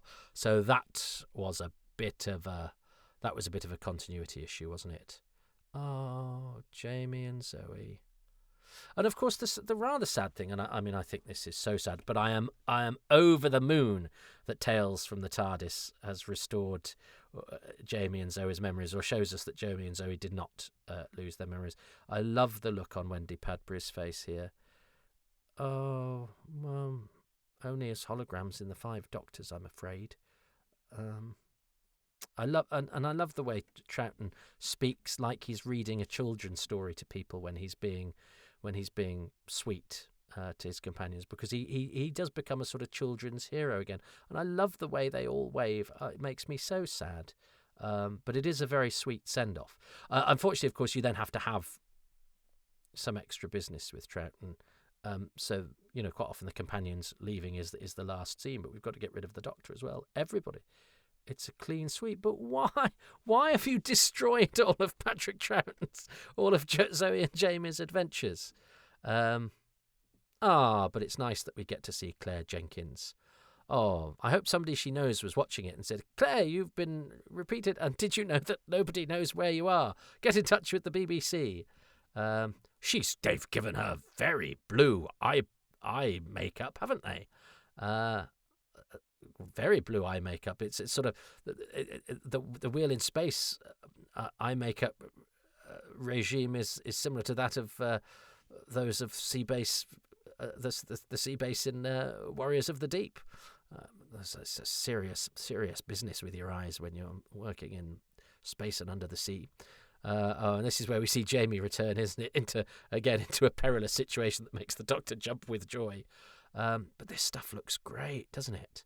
And the film, because again, I'm sort of used to seeing this really, really blurry and out of phase, and it looks much better. So well done, whatever everybody has done on that.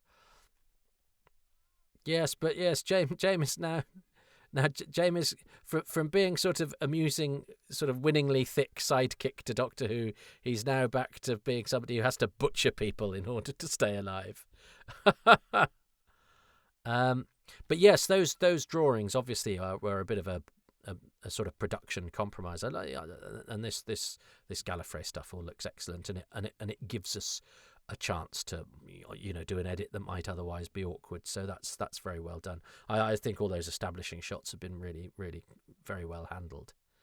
And it's nice that Troughton actually gets a proper sort of stand up for his core beliefs. He's in a court which is as formal as you can get, and Troughton, the sort of least formal and most anarchic and most shambolic of all the Doctors, gets to counter that by being scruffy and grumpy and giving terse asides. So now that's the specially recorded Quark, isn't it? That's Freddie Wilson. But now we get clips, which does make more sense. And I have to say, I would probably have wanted clips, as a kid when watching episode 10 of the War Games. I would have wanted some clips, particularly because at that point, the Ice Warriors and the Web of Fear were missing stories. So, as were a lot of the cyber stories. I love that image of the Cybermen in St. Paul's Cathedral. And look, a clip from Power of the Daleks. Can you imagine if the War Games Part 10 had loads of clips from Power of the Daleks? So, yeah, they all fit rather nicely, and they make up for the fact that some of those shots of the monsters, which facilitated a brilliant photo call of Troughton with the 5 monsters, and the monsters were played by actors like Tony Harwood and John Levine and Freddie Wilson, who'd been monsters prior. Robert Jewell, it's Robert Jewell's last appearance as a Dalek, isn't it, having been one of the very first Daleks. Although Roy Pearce, who plays the Cyberman, never played a Cyberman before in Doctor Who. But anyway, look, they add Planet Earth. But anyway, they replace a lot of those specially shot sequences for clips, and I'm cool with that. I think the Doctor could conjure clips from the adventures to illustrate what he's been up to. I love the way he says, "Oh, good," as if he doesn't really mean it. That edition of Earth really works. I don't. It's a different experience. It goes along at a fair lick comparatively. I mean, it still doesn't. It still doesn't move as quickly as modern television, I don't think. But I think it's really well done, and I'm not just saying that because, of course, here I am supposed to accentuate the positive. I think I've sort of picked on the bits that haven't quite worked or jived, but I certainly, as I've said, don't read it as some kind of aberration or some sort of. Now this, I think they could have had a lot of. I mean, no, he should have said that one's a woman. Doctor Who's not a woman yet. Why does Matt Smith? Why that one won't do at all? You see, he could have said that won't do at all to Jodie Whittaker, but that would have been read as it's all misogynist saying you can't have a female doctor. But actually, in the 60s when this was on, the idea of a female doctor was not really in anyone's sphere of reference. But of course, you'd have got into trouble if you'd done that. Now, the way to avoid any of that and any apparent value judgments on any of the modern doctors, of course, I don't know why they didn't have David Burton and Ron Moody, and because of course you have had to have paid, but you could have had some of those people who were almost doctors. And the David Burton one would have been really funny. But nobody would have known what it meant. No, I can see why they did that, and it's a little bit of fun, and it suggests that the Doctor's look might happen. That maybe I think there are some countries, aren't there, where you have to choose what your child is called based on a name on a list. Perhaps the Doctor gets certain looks that he has to choose at some point. Anyway, big headline news is that the Troughton regeneration is normally him with a bag on his head, which I think is extraordinary, and unique and one-off.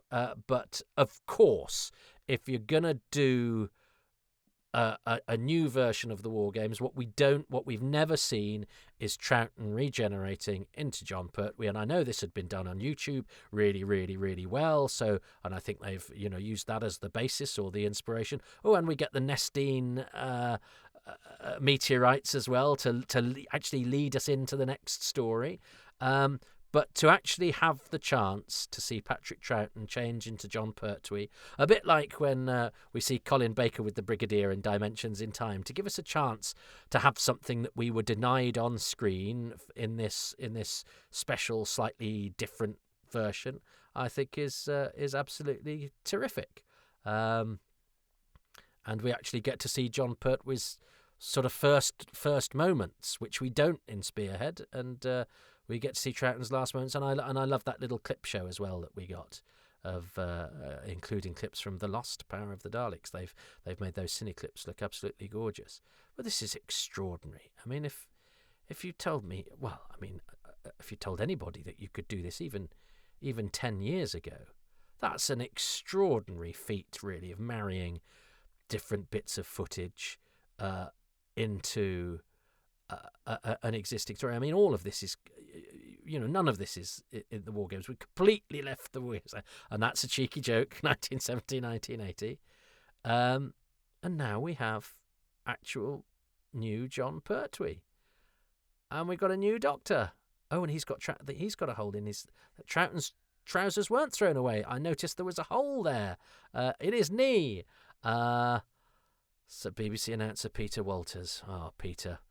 I was the BBC announcer back in the day, Beautiful. I think that's. I really enjoyed that. I think they did a really, really good job, and I think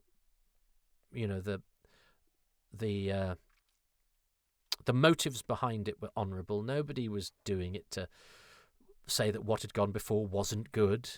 Nobody was being arrogant. They were going, let's try and do something nice with this, and just the. I mean, I don't know anything about how to colour things and how CGI works, but to me, a layman, I thought it looked absolutely terrific, and I thought there were some nice cheeky little moments. They have fun with it when they need to, but also for me, I think the most fun I had was looking at how they solved some of the technical problems that were involved in, bridging scenes, like the bits where they have a couple of bits where somebody does a voiceover of a character to provide something that they didn't have the raw material for from the original episode, to bridge a gap here or something like that. That's the sort of stuff that really appeals to me. If I'd been involved with it, I'd have, things like that would have been my most exciting moments of going, I need to get from that scene to that scene, and I need to do it in 30 seconds. At the moment, I've got 2 minutes worth of material. How do I? And some of that material's got graphics over it that I need to get rid of. How do I do that? And I think that must have given people sleepless nights. But the joy of solving some of those problems, I think would have been great fun. So I can watch it as a piece of entertainment, and as an alternative, brisk, music driven by music, which I know some people don't like, and I understand that as well. That the wall to wall music might seem a bit much to people who prefer the sort of emptier, aural landscape of 60s drama, and find a bit of an onslaught on the senses a little bit too much. I get that. I think I get that. But I think for this, it's obviously necessary in order to bridge gaps, and in order to meet with the new pacing of the editing. And again, I think it's been well done, and I think it's worked better here. I think it feels more uniform as a score than the Daleks one did. So I think they've done all of that very well. So yeah, I enjoyed watching it as a piece of television, as a cover version of a Doctor Who story, but also as a technical exercise where I'm going, oh, that was clever. Yeah, well done. I see what you've done there. But now I have to choose my 5 favourite things and listen to Ben's. Now, I don't know if Ben's are all going to be, I liked what colour we made Troughton's shirt, or whether he might go, yeah, I love Philip Maddox. Philip Maddox, great. And I've already done this story where I've chosen, my favourite things about each episode. So I'm about to do this, I'm unsure whether I'm going to choose all things that are particular to this particular presentation, but that means they're all going to be stuff that the production team of the War Games in Colour have done, or if I'm going to go, well, no, even despite all of that, I love the way that Edward Brayshaw strides around like a big gay lion BG thing. Anyway, let me have a think. What are my 5 favourite things about the War Games in Colour? So, my first thing, I think, is going to be, I do like the establishing shots, particularly the one of the Warmonger's Palace, which is what I've decided to call it. But particularly if I'm to fixate on a particular aspect of it, it has to be, although I love the little vehicles and the biplanes and everything, I love the fact that the antennae is made out of iPhone paperclip things, iPhone SIM card shelf extractors, because that's what they'd have done in the 60s. They would have got some existing technology and used it as part of a model shot or part of a design or something. They'd have used what's available. So I think it's quite witty, it's a good visual, and it's in keeping with the way that Doctor Who does things. It makes the futuristic out of the everyday, and sometimes doesn't always hide it. And of course, that was deliberate. It was a deliberate aping of that. They could have easily made something that didn't look like a bit of Apple equipment, but they didn't, because they're doing what the program does so well. So yes, I think that works in a, and because of the nature of the cutting and what they've had to do to tell the story quickly, I think the fact that they have all of those establishing shots just helps to tell the story and cover what otherwise would have been awkward edits. So they do it with the establishing shots of the chateau as well, and of Gallifrey. But I particularly like the one of the Warmonger's abode. But I think that's a very useful way, and it's how you do it now. And it's probably how they'd have done it then if they'd had more at their disposal, because an establishing shot is proper television grammar. So the establishing shots is number 1. Number 2, I'm probably going to be quite selfish now, and I'm going to choose the fact that the opening film is gorgeous and sexy, and I had a tiny little part in its return. But because the first bits of but the first major sort of chunk of film that we see is this brand new, beautiful, unlike we've ever seen it before. One, because it's in colour, but two, because it's much, much better quality. Just gets the whole thing off to a start. And I, as I say, I have a slight personal stake in it, but it just feels like you're watching something that was made yesterday, and it doesn't. And instead of it feeling like they're sort of tarting up something old and a bit knackered, it feels like an absolutely sort of fresh presentation of something, and it's like it's like a version of it that was made yesterday. So it's pristine and new rather than sort of dusted up and old, and I think that just really helps to get you into it. But I have that slight selfish element too. But I would as a side notion to that, a side note to that actually all of the film looks to me less out of phase than it used to, and I know that used to be an insuperable problem. So whatever they've done to that, because a lot of those film sequences did have that sort of jarring ghosting of out of phase film, that they seem to have, if not wholly solved, certainly much, much improved, as well as colouring, and that was a really, really pleasant surprise, because I thought there'd be a lot of compromise to the film sequences, and actually I think the film sequences on the whole look absolutely terrific. So the film sequences on the whole, but particularly the fact that, and it's also a great Doctor Who story, isn't it, that we were having a brand new version of the War Games, and literally the day before it was too late, we got that film back, and it was able to be stuck in. If somebody had sent an email at a slightly different time, or there'd been a little bit of a delay, it wouldn't have happened, and it would have been and actually Doctor Who is also history is also full of almost moments which have their own drama and can be fun as well, in a sense, that if only we'd done this, we might still have that, or whatever. But actually this is one where the confluence of events actually has a happy ending, as well as the drama. So you get the best of both worlds. You get the drama, the near miss, the frustration, but the actual, and it actually happened. So yes, please, that's a good turnout in every respect. Of course, I have to choose the regeneration, the fact that we get to see Patrick Troughton turn into John Pertwee, and we get to see the regeneration effect on Troughton's face, the fact that they build that from stuff that isn't in the episode, and the fact that, again, I love the story behind the fact that somebody had a bash at doing that on YouTube, and then that is used in, the fan experience and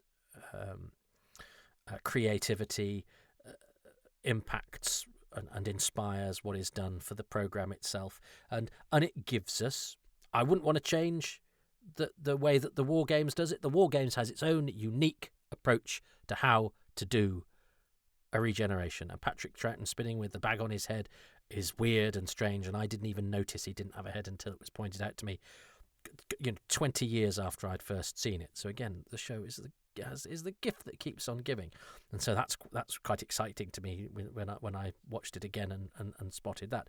But now that has been replaced for this version with a version where we get a more traditional regeneration, it shows us something that we'd only ever previously imagined.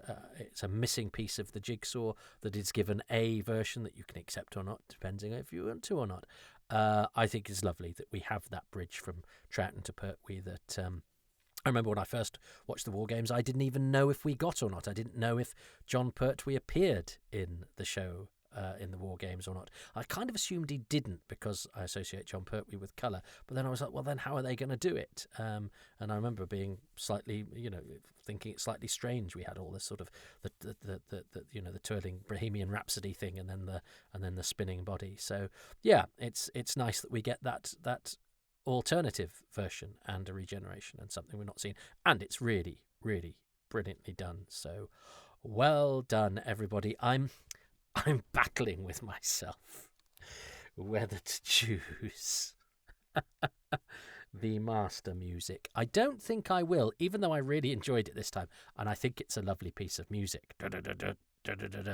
And I think it is quite cheeky. And I did choose, Stephen Moffat having Missy saying, "Oh, he's called Doctor Who in World Enough at Time," but actually, I think maybe. Because since I did that, and I'm still not sure I actually like that moment, but it is a cheeky joke. But actually, I think I have to not choose it, because even though I'm quite relaxed about it and find it quite funny, I know there are some people who were really upset and annoyed by it, and part of me goes, well, you shouldn't be. It's just a program. But I also think, and I don't know if. Is there an element of going, well, let's annoy the idiots? Because that hasn't aged well. And I'm all for saying let's annoy the idiots. And I am sometimes an idiot who deserves to be annoyed. But there is an element of me, and I think especially in light of the recent shenanigans with Doctor Who and how it has been digested and how it has been presented, is that there is an element of me that says, don't deliberately annoy fans. Fans are all right. Fans love Doctor Who. Now, we have our ways. We have our funny ways, but don't, calling up the episode the pilot, saying he's called Doctor Who. There is an element of sort of needling to go, you probably won't like this, so we're gonna annoy you. And it reminds me of a line of Stephen Moffat's actually in Joking Apart, where Fiona Gillies says to Robert Bathurst, I know you use, she's his soon-to-be ex-wife, I know you use, in our dealings, you use your sense of humour as a weapon, but I don't know why you need a weapon. And there is a part of me that goes, yeah, it might be quite fun to annoy people, but as I get older, my sense of humour is more trying to make people happy than making people annoyed. But maybe that's me being a stick in the mud. But, and I'm sure, I have to... It's easy to assume, and they were probably just doing it to annoy us. They might have just done... Equally, it's wrong of me to assume that the main intention was to annoy, and actually they might have just gone, oh, well, this will be fun. This will be a brilliant idea. People will love this. But I don't know. But just in case, I'm just warning, just sounding a note of caution to go, but if you did do it and didn't mind annoying people, that was naughty. But so it means I can't, even though I did enjoy it this time around, and I did allow myself a cheeky smile at the chutzpah of the musical motif suggesting that the War Chief could be the Master. I do not believe the War Chief is the Master. I choose to ignore the alley that incidental music, clarion call, leads me up. So therefore I cannot choose it, because I do not accept it, even though I quite enjoyed it being there, and I quite enjoy thinking about it, and yes, and all of those things that I just said. So I'm not going to choose, is the War Chief the Master, even though it was something that did take my attention. So I've got to choose two more things. Well, I mentioned that part of me enjoyed the process of watching the sort of the logistics and how they solved problems. So I'm going to choose one moment. I'm going to choose the absence of the caption that says episode 10, because that takes place over an important piece of the action of the regulars getting from the outside of the TARDIS to the console. We see them enter the TARDIS and go towards the console with a whacking great episode 10 caption. So what Ben Cook has artfully done is he's sort of chopped sequences out of the bit where they're approaching the TARDIS to suggest some sort of time judder, which means that then when they get in the TARDIS, we have a continuation of that time judder, which means the bit where episode 10 appears is cut out. So it gives an aesthetic, which helps to tell the story in a way that modern editing techniques allow us to do.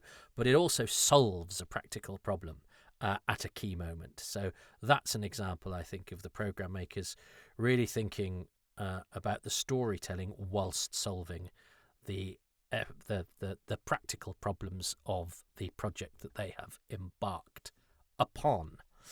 And then, so that's an example of, there's a great many other examples of that where they've been very artful in the way that they've solved practical issues of truncating the story. And I think that the final one is I have to credit, I think I have to give, I mean, it's difficult. I could just say I think the colour's really gorgeous. I think it's really nice how they've done the colour, and I think the fact that it makes the actors just look so alive and so present and so now, I find really sort of touching and real, and you can see every glisten of sweat. I mean, it's extraordinary that. Mark Ayres' music is brilliant. The way that he's, included most Dudley Simpson soundtrack, but also used it and remixed it, and I obviously done some new bits of it in order to bridge gaps. And I actually like the fact that some music's been added to scenes which used to just be sort of dialogue and much more like watching a play. This has been much more like watching a film because they want a filmic pace to this, and I think that's a perfectly legitimate way of doing it. I wouldn't want it done on the full 10-parter because I like the 10-parter to be told in the way that it is, with that more sort of dialogue heavy, less music heavy vibe of 60s telly. But I think it really works for this. The edit that they've done, I think, in the way that they've got a 10-part story down into 90 minutes, I think they've done a fantastic job. There are bits I miss. I would be interested to see those 6 minutes, and if there's anything I'm still missing with those 6 minutes. As I say, I did miss a little bit of introductions to various characters, and I think some of the I think we lose a lot of the security chief. That said, the security chief is batshit crazy, and it is a really eccentric performance. So, I'm actually going to choose, and I love Mark Ayres' work on it, and I love the sort of CGI TARDIS and Sidrats in flight and everything like that.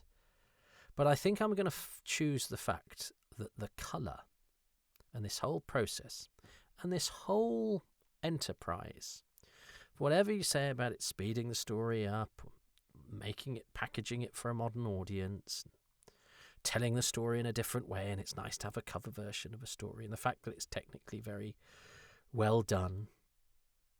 It's this, and I love black and white, and there's a certain haunting quality to black and white that I find really compelling. And in fact, I've just been watching black and white telly today because I was in a really black and white mood, and I'm a bit Doctor Who'd out, so I actually watched Callan because I wanted something of the pace and the feel of black and white telly. Callan's very good.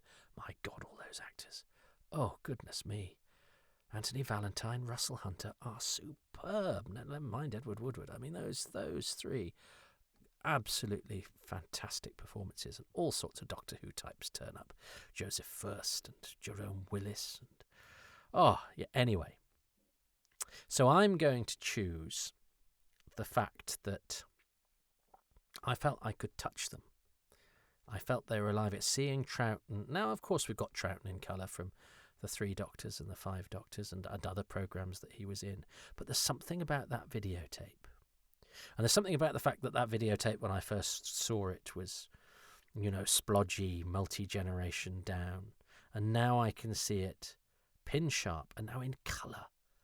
The actors glistening under the lights. And you can see the pores in their skin.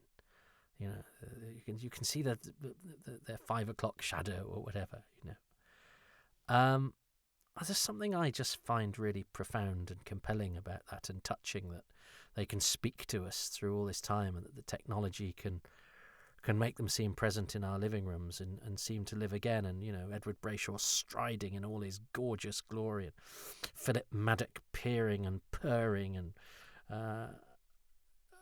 Michael Napier Brown having fun, and the doughty stoicism of Graham Weston, and the cruel sneering of David Garfield. I mean, they're all wonderful. And then the beautiful interplay of Lady Jennifer and Lieutenant Carstairs, Jane Sherwin, David Saville, and those little waves between the Doctor, Zoe and Jamie, and the fact that we can see preserved. I mean, when Padbury hardly looks different now, but we can see them, and they just seem.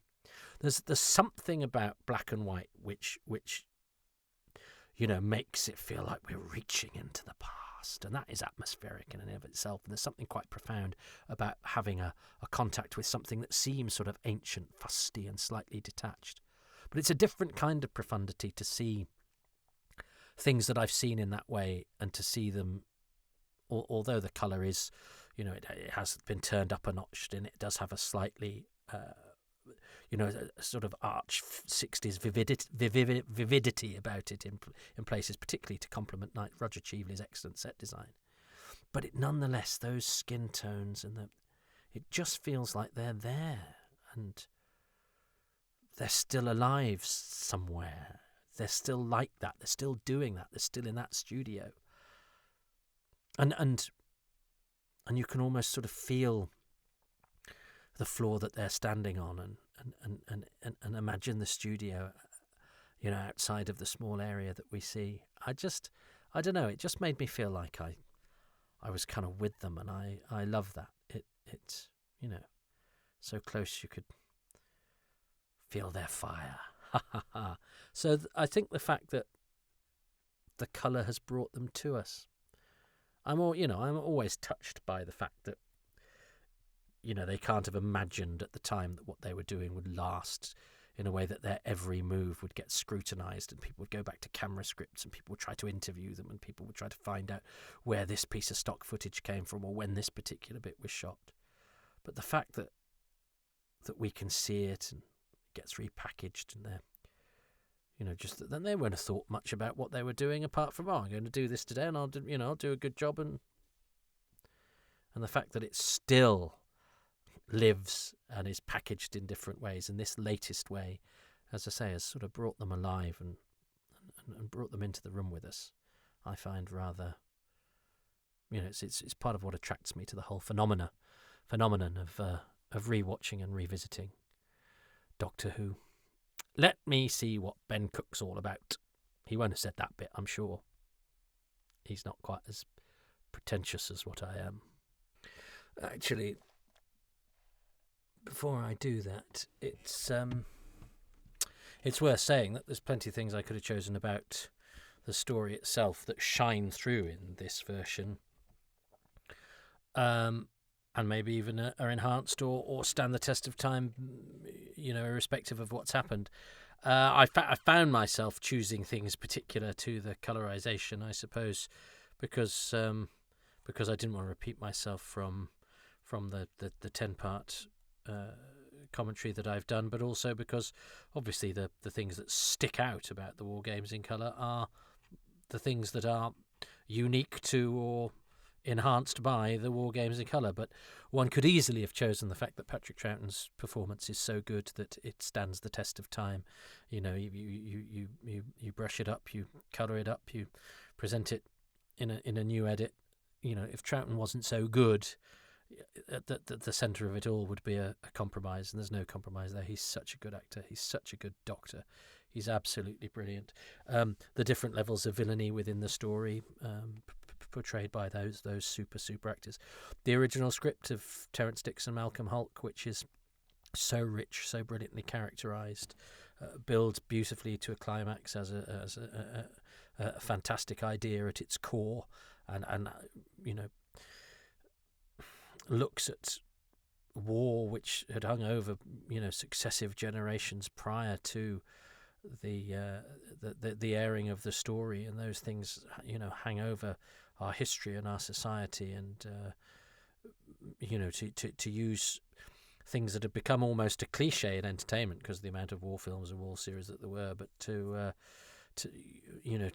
show them in a slightly more abstract form, and therefore in a strange way highlight their humanity by juxtaposing it with the sort of plans of the aliens, to emphasize that war is fought by ordinary people being manipulated by the untouchables in power or whatever, who don't care whether they live or die. Putting it in the Doctor Who setting actually exaggerates all of that and shines a fresh and humanizing light on terrible conflicts, which, as I say, were the stuff of entertainment, particularly at that time. So there's all of that stuff which I could easily have chosen, and I wonder if Ben might just say, well, one of my 5 favourite things is the War Games, because the War Games is amazing. Let us see. There are no right or wrong ways of doing this, and I know that whatever Ben does, he will give an entertaining answer, because he's an entertaining fellow, but also I'm presuming we will get lots of very, very valuable insight. So his favourite thing, number 1, is... The War Games in Colour! Favourite thing number 1. Has anyone on Happy Times and Places ever chosen just 1 second of footage as their favourite thing? Well, I'm gonna. First, some backstory. You might have discussed this already, Toby, but in September 2024, Chris Hayden, the original film editor on the War Games, was interviewed by Stephen Chapansky on my second favourite Doctor Who podcast, Radio Free Skaro. Neither of them knew that we were putting the finishing touches to a colourised cut-down cut of the War Games. However, during their chat, Chris happened to mention that back in 1969 he'd kept 2 or 3 minutes of film inserts from the War Games. He'd picked them up off the cutting room floor and taken them home to use in his showreel to try to get work in America, which he did. That's where Chris lives now.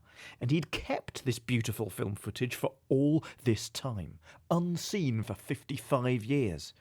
3 minutes of actual 16mm film footage, not a telecine copy or a recording, so it was much cleaner and crisper than the versions of those scenes we had already.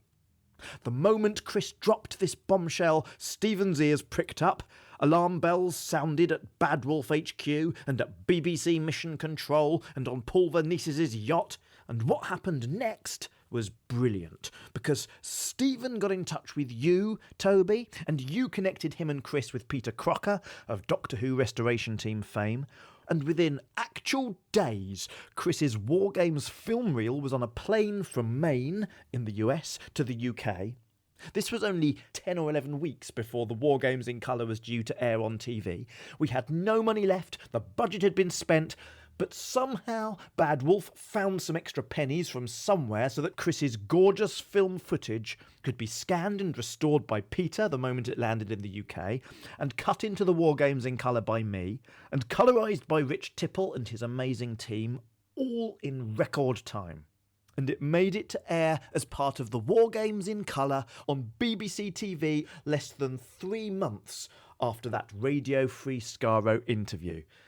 So, I have to choose that footage as one of my favourite things about the War Games in Colour.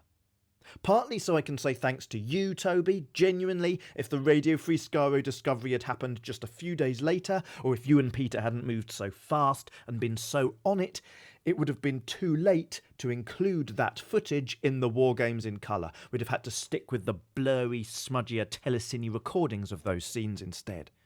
And thanks to Chris Hayden too, of course. What a gent, for sending us the footage so willingly, so enthusiastically. But to be more specific, very specific, I want to choose just 1 second or so of these newly discovered film inserts. Because some of the footage on Chris's reel is from very early in episode 1. The Doctor, Jamie and Zoe walking up the slag heap, barbed wire, Brody helmet, explosions, ambulance, Lady Jennifer. And the rest is from the end of episode 1, the Doctor facing the firing squad, that incredible cliffhanger, and the start of episode 2, the shootout, the chaos. In the commotion, Zoe unties the Doctor and they make their escape. Except, originally, we had to cut that escape shot short because a whopping great episode 2 caption appears on screen, god damn it, right over Zoe and the Doctor running away. This happens 10 times in the War Games. At the start of each episode, big episode 1, episode 2, episode whatever captions superimposed over a crucial piece of action. Total nightmare when doing an omnibus edit. However, Chris's film print was clean. No episode 2 caption, which meant we could use the full shot in the War Games in Colour, seen for the first time ever without that episode 2 caption plastered on top of it. And thrillingly, Chris's reel even included an additional second, some extra frames of Ransom's men and of the Doctor and Zoe running off. A precious second or so that had never been broadcast before. Not in 1969, not ever. Until the War Games in Colour. I was quite excited about that extra second or so. So I'm choosing that as my first favourite thing. Because for me, it sums up that whole film footage discovery. And this podcast, actually. It's about our love of the minutiae, the effort and care we will go to for this ancient telly show, and the teamwork, the camaraderie of it. I am blown away by the generosity of those who have worked on the show and of those who watch it, and the luck and the love of it, for every second of it. Every second of this show is obsessed over and adored by someone. Even precious seconds we never knew existed.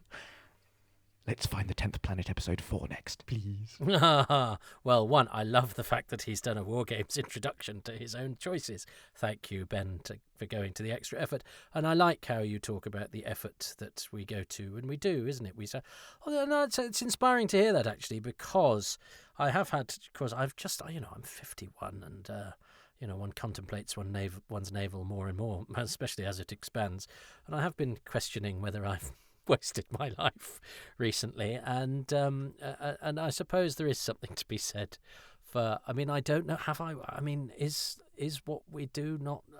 Is the amount of time one has given to this show a pointless endeavour?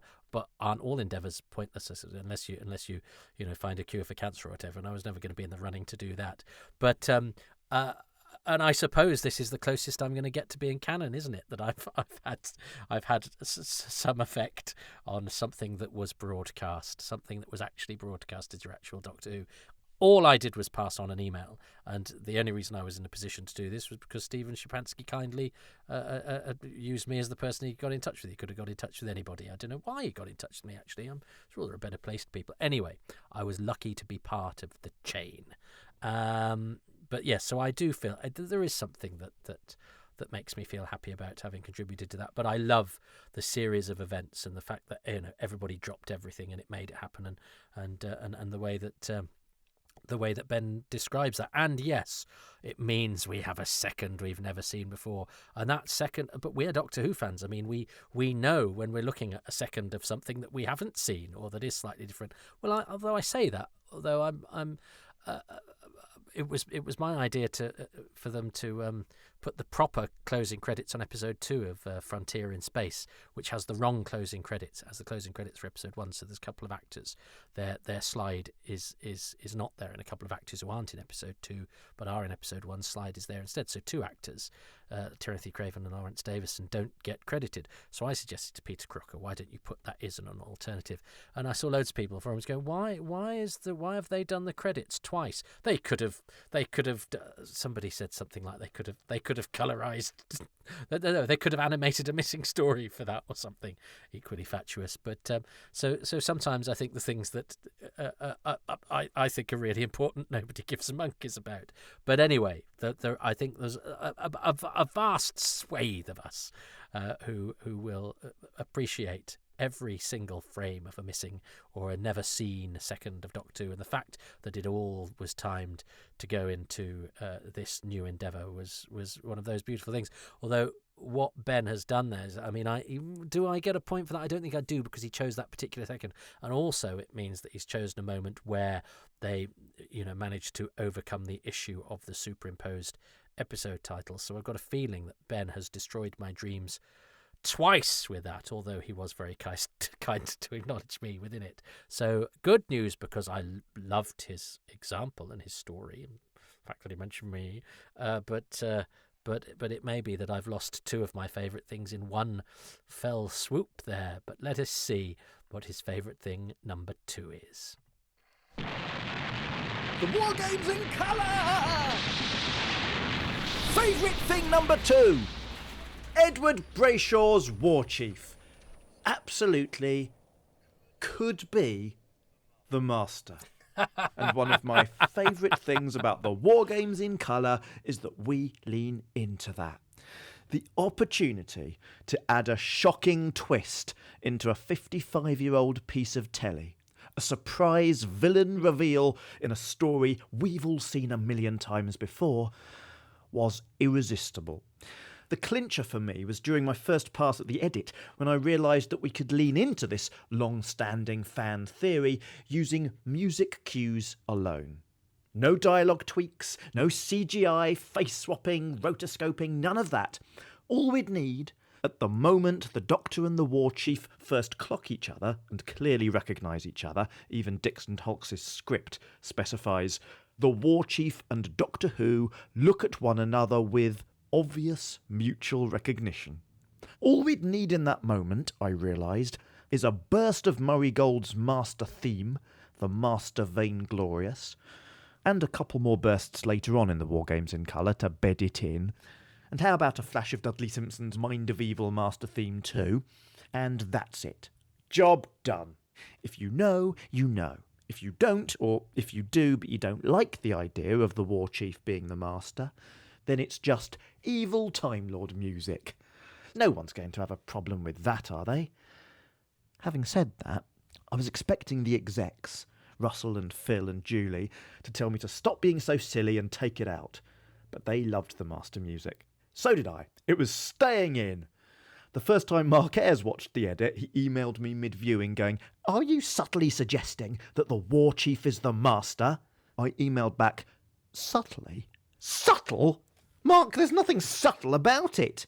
And yes, obviously Terence Dicks and Malcolm Hulke didn't have the master in mind when they created the War Chief. But Sidney Newman and C.E. Webber and Anthony Coburn didn't imagine the Doctor was a Time Lord, or that he ran away from home because he was bored. So don't anyone let a couple of non-diegetic music cues ruin your mad theory that the War Chief isn't the master, despite the overwhelming evidence to the contrary. This is, after all, a man who looks like the master, talks like the master, plots like the master, allies himself with an alien race and then betrays them like the master. He even anagrams like the master. Siderat's one of his. He shrinks things like the master. He tries to crush the Dr. Jamie and Carstairs to death in a shrinking side rat. And hey, what powers those side rats of his? We didn't invent this for the War Games in Colour. It's in the original 10-parter too. Those controls that operate the side rats he invented, what are those controls called? The Master Circuit Rods! Come on! Toby, of course he's the master. He even dies at the end of the story, then somehow miraculously turns up alive 5 stories later in Terror of the Autons, with no explanation for how he survived. That's the most master thing ever. And by then, in the Auton story, he's a little slicker, smoother, more ruthless, as though he's been taking lessons in villainy from a warlord? The warlord? He's even picked up hypnosis, just like the warmongers from 5 stories earlier. And to be serious for a moment, Toby, like you, I love actors. I've built a so-called career interviewing them, researching them, and celebrating them. And Edward Brayshaw isn't celebrated nearly enough. He's hugely underrated. We don't know all that much about him. But after the War Games in Colour aired on TV, War Chief was actually trending on Twitter, along with Master and Doctor Who and Patrick Troughton. In the space year 2024, Edward Brayshaw's War Chief trended for 24 hours. Then came the Radio Times and Metro articles and blog posts and YouTube videos and TikToks. Thousands upon thousands of people talking about Edward Brayshaw. Who is he? Isn't he brilliant in the War Games? Could he be the master? Christmas 2024 and Edward Brayshaw's War Chief was making headlines. I'm delighted that the War Games in Colour and that master reveal did its bit to get people talking about him some more and appreciating or reappreciating that brilliant performance. But is he really playing the master? Who cares? It's not real. But me, I love the idea. I think it makes this epic intergalactic story more personal and raises the emotional stakes, both in the fiction and outside of it. Look at me waffling on. I'll make my next couple of picks shorter, Toby, I promise. No, I love that. I'm convinced. No, you see, and I took time to say why I wasn't going to choose it. And I think, I'd been slightly infected by... Well, I think I was trying to talk about how we how we look at the motives behind, and that did, I mean, it did annoy me how Ben and his team were characterised in some corners as being, arrogant rewriters of history. Whereas as I say, I tried to make the case for it being fun and people enjoying it, and I think this is shining through with Ben's contribution here. But even I sort of did sign a note of caution about that, about the motives behind it, and you only have to hear Ben speak there, and I have to recant because that doesn't sound to me like somebody who's wanting to piss off the fans or who thinks he is imposing his own will on Doctor Who. He was having, and we forget this, don't we? And I'm as guilty of this as anyone, is I think we sometimes forget to have fun with Doctor Who because we take it so seriously, because we pore over its minutiae, because we want it to continue, because we don't want the public to say it's crap because we know it's brilliant. But actually, the reason Doctor Who succeeds is because it's fun, and it's because it has its sense of humour. Not a sense of humour at the expense of the drama, not a sense of humour that undermines it or anything like that, but a sense of humour that goes hand in hand with the jeopardy and the danger of the show. That the sense of humour is the spoonful of sugar that helps the medicine go down. And that's a lesson for life as well. What does the Doctor say? About I'm serious about what I do, but not necessarily about how I do it. And I think and looking at the way that Doctor Who is discoursed on social media sometimes these days, there are lots of people who are just being furious with each other and furious with the show and trying to mine it for offence or transgression. And you think, where's the fun in this? Where is the joy? And I used to actually get quite cross with people who sort of said, oh, Doctor Who's camp and fun and silly and we enjoy it. I go, no, it's desperately serious and really important. And now I have so much more sympathy with people because it should be fun. It's entertainment. We should be enjoying this. We shouldn't be prescriptive about it. We shouldn't be angry about it. It's our escape. It's our, it's the thing that dilutes all the stuff in life that has to be serious. So the fact that Ben is having fun with that, and my note of caution was about saying, yes, but just be careful you're not being mean to fans. I gleaned no mean intention from that whatsoever. It was a fun idea. It was in no way a definitive statement, although he then makes a very good case for it being so. I'd forgotten about the master rod controls. No, you make a good case, Ben, but more importantly, you make a case with a good sense of humour and an enjoyment, and I think that's a lesson to us all in how we should digest and appreciate Doctor Who. So I didn't choose that thing. In fact, I made a point of not choosing it, and your rebuttal, even though you didn't know I was going to make that point, is, I think, absolutely fairly made, and I hang my head in shame. And yes, I mean, isn't it lovely that Edward Brayshaw was trending so many years after he died, and what a wonderful actor he is, and it's lovely that we can enjoy this. He's also very sexy, but beautiful, dark, dangerous eyes. But yeah, isn't it lovely that the War Chief was trending? If I had known that, I'd forgotten it. And as I say, I had that little back and forth with Patrick Mulcan via email about where Brayshaw had lived and looking at his house. And, it means nothing because people are dead and there's nothing you can do about that. But I think there is something. And as an actor, you do, there is a part of you that wants immortality. You want what you've done to last longer than you have done.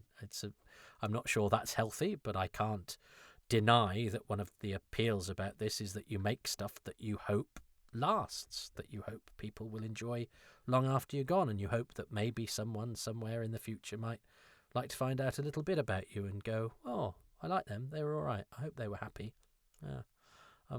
I tried to be. I don't always succeed.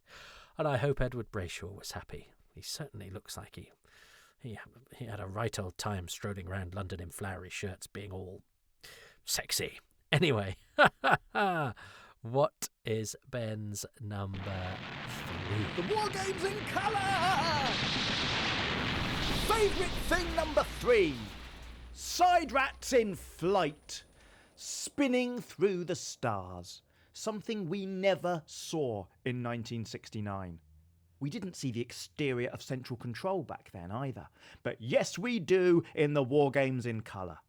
Also, we wanted shots of the TARDIS in space, fleeing the Time Lords. So Alex Woodward and his team at VFX House Painting Practice built us actual models.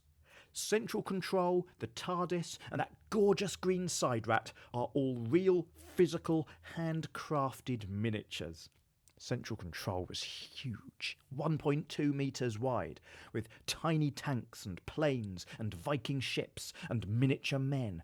And that TARDIS might be one of the most beautiful things ever built.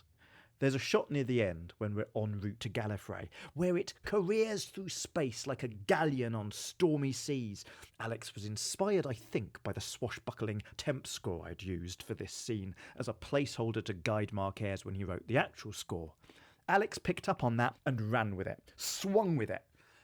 He built an actual swing in the painting practice offices, a TARDIS swing, so he could rock and spin the police box model for real, rather than animating it on a computer. Then they painted out the swing, of course, but everything else you're seeing there is pure practical model work.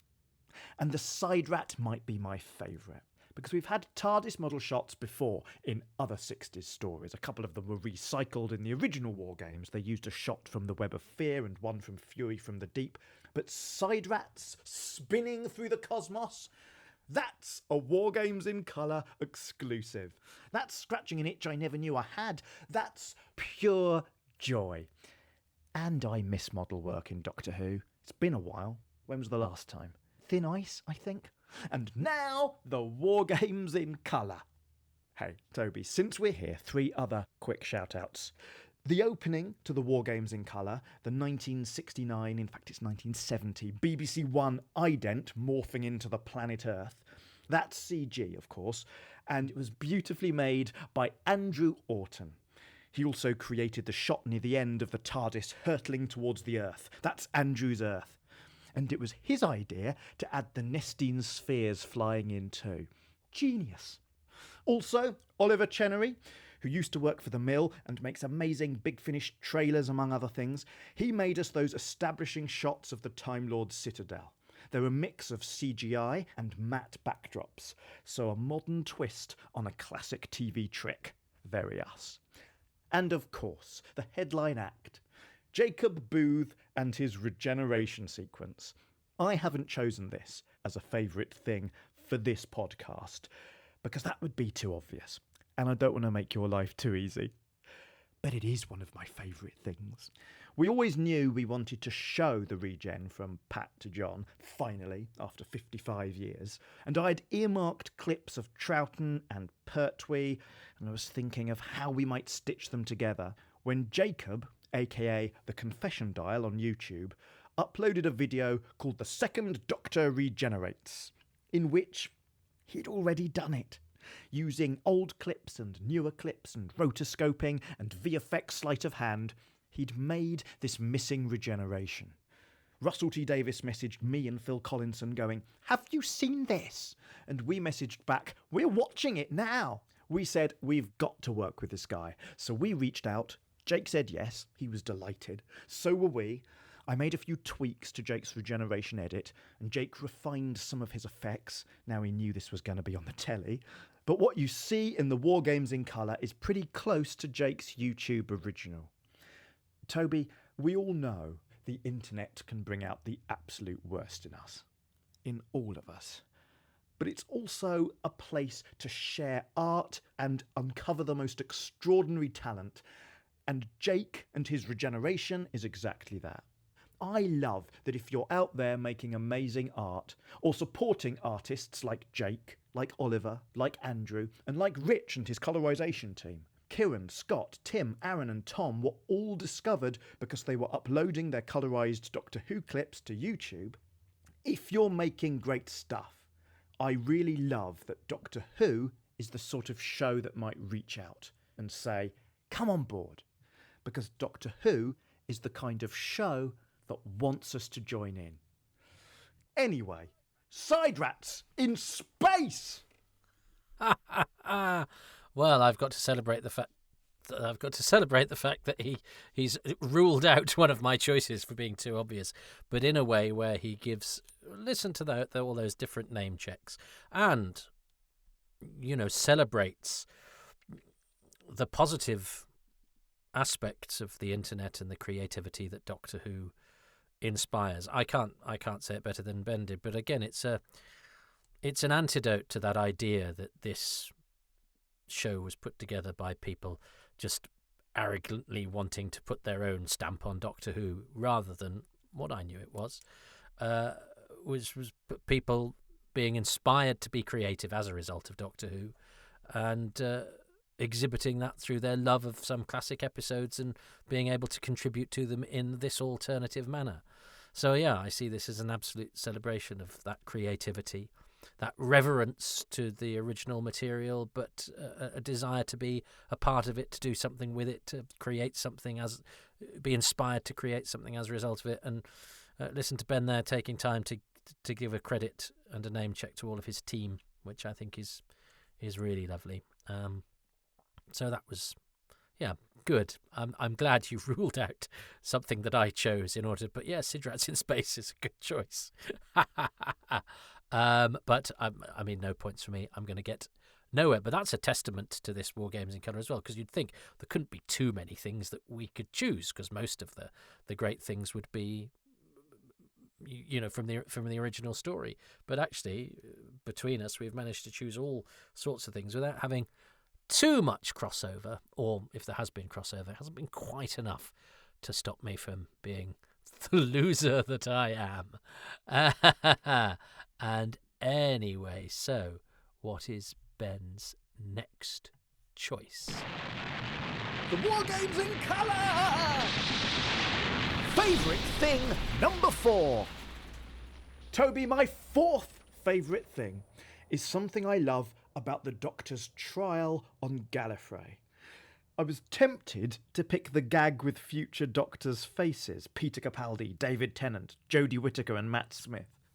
It's so silly and so predictable, but it's such fun. We had to ask David if he didn't mind us calling him too thin. Of course he didn't.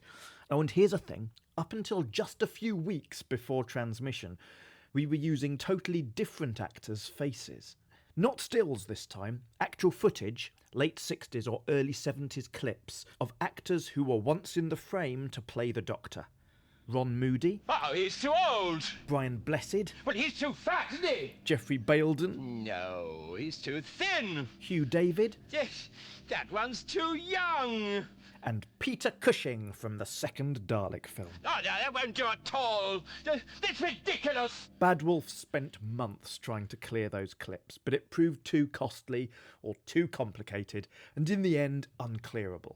Which is probably for the best, because it's such a niche gag that only people like us, who listen to podcasts like this, would understand. But I still sort of miss that version. We loved the idea of making Peter Cushing's Doctor Who canon. And that Hugh David too young joke? Come on, that's clever.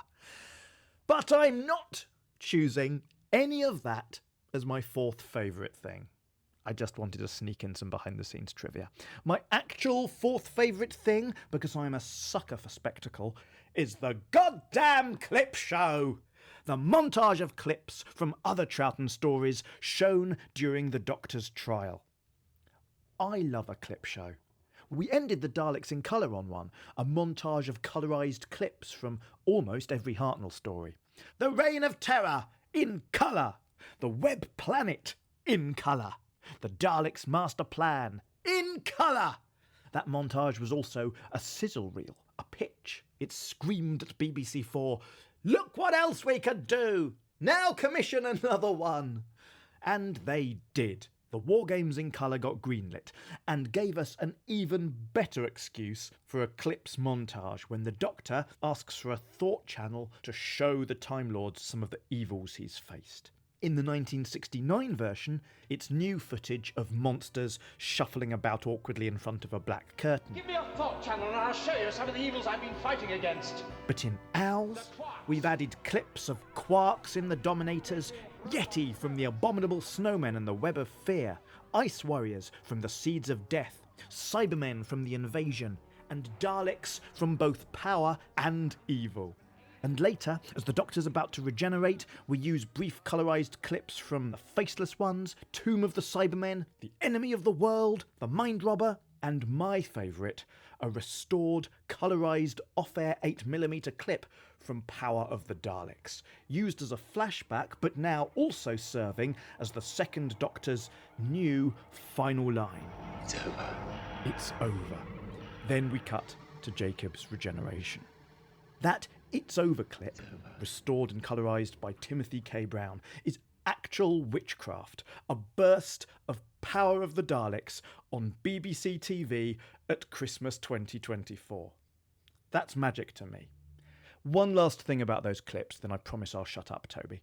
Once upon a time, I was of the opinion that maybe some 60s stories look better in black and white. Not the war games, obviously, not the Daleks, definitely not the Aztecs or the War Machines or the Mind Robber. They'd all look amazing in colour. But is there something about An Unearthly Child, let's say, or Tomb of the Cybermen, or The Web of Fear that works better in black and white? But then I put clips from The Web of Fear into that Thought Channel montage, some Yeti on the Underground, and when Rich Tipple sent them back colorised, they're so beautiful. The gloomy London Underground tunnels, out of which lumber Yeti, their eyes glowing red. From then, I was sold. If that moment works in colour, any 60s story can. These episodes weren't made in black and white as a creative choice. No 1960s Doctor Who director, given the option of shooting in colour, would have gone, "Yeah, nah, you're all right, I'll stick with monochrome." Not one. Yes, black and white hides a multitude of sins. You can really spot background drapes in colour, the creases in the sky, the folds in the foliage. But it also hides so much splendour in those sets and props and costumes, and the subtleties and nuances of performance. Patrick Troughton's face is better in colour. I really think so.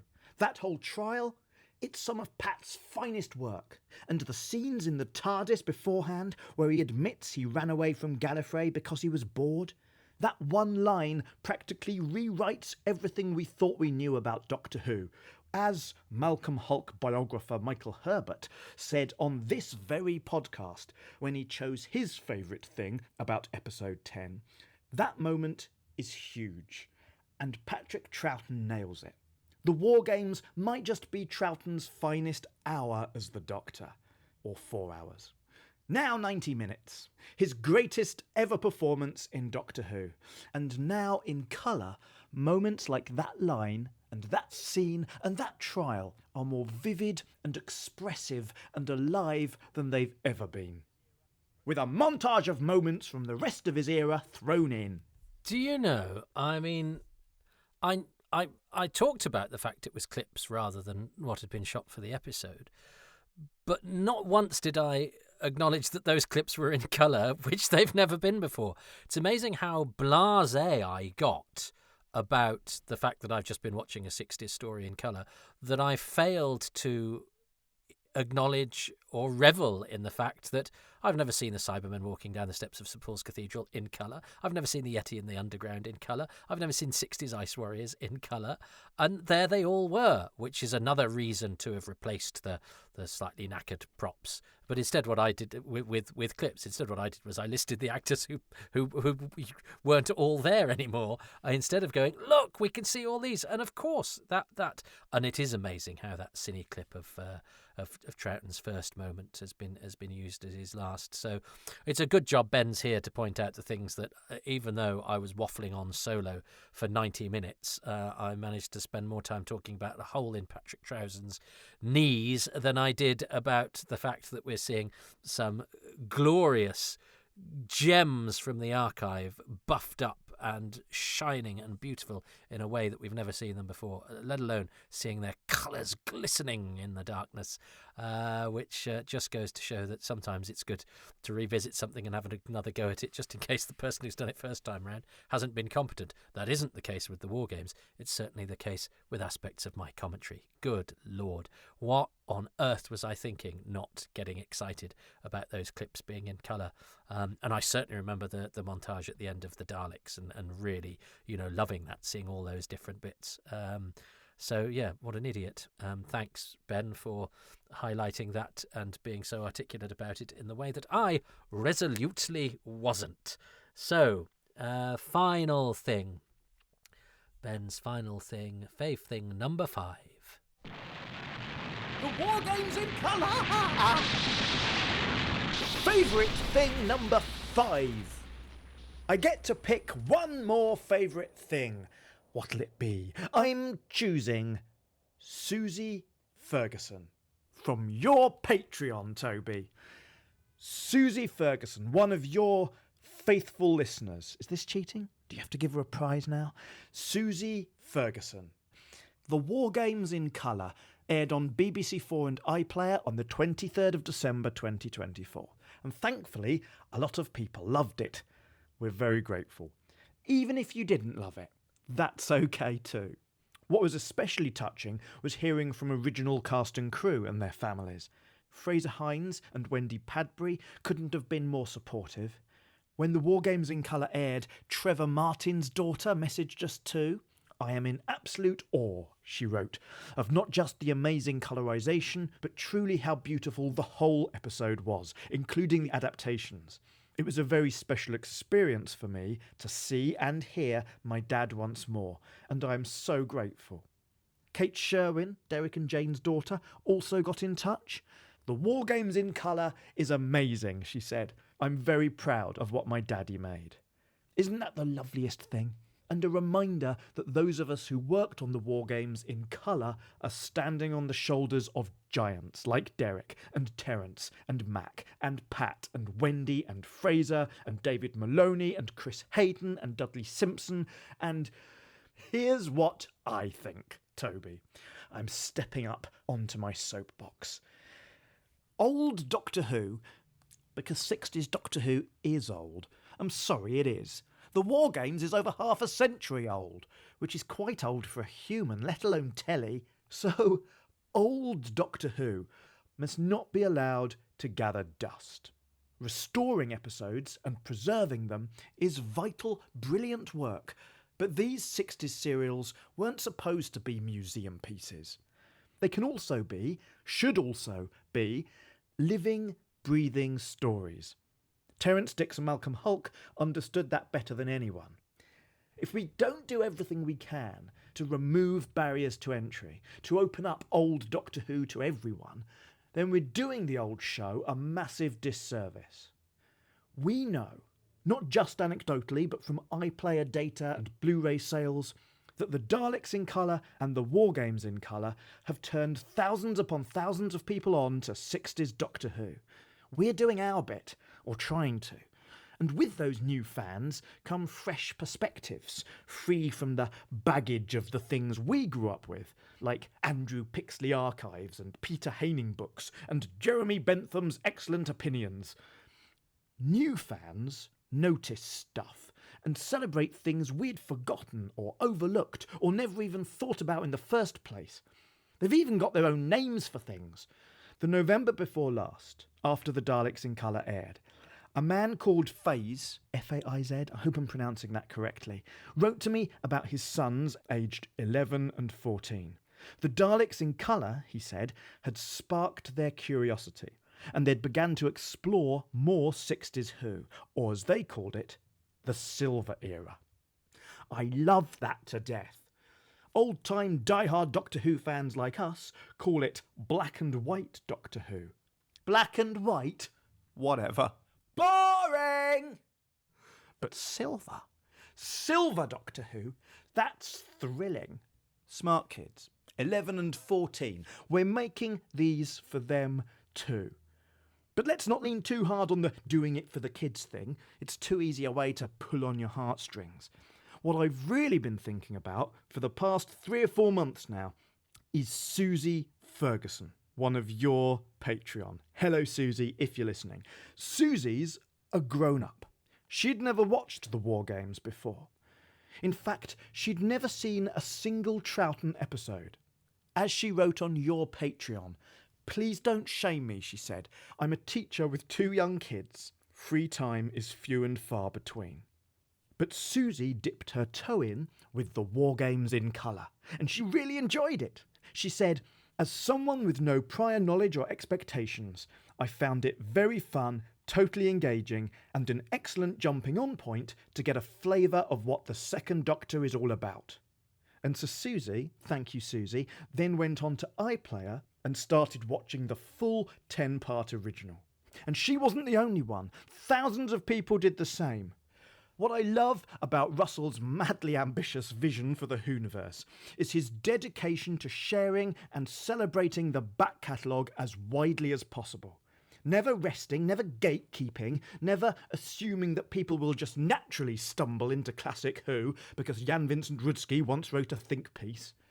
If someone struggles with black and white TV, which we know a lot of viewers do, especially though not exclusively younger viewers, or if they struggle with 60s pacing or 4-hour epics, we shouldn't shout at them or insult their attention spans or demand to know why they aren't making time in between being a teacher or raising 2 young kids to watch 10 episodes of Doctor Who before the school run. There are probably plenty of terrible ways to make Doctor Who. It's a tough show to crack. But there is no wrong way to watch it, so long as you're not being a dick about it and ruining it for other people. But that's what we're up against. Fans who say, "Watch it our way or don't watch it at all." And I'll climb off my soapbox in a minute, but I'm in a safe space here, surrounded by friends, so I can be more honest than I am in other interviews on lesser podcasts. We all mess up and say things online that we shouldn't sometimes.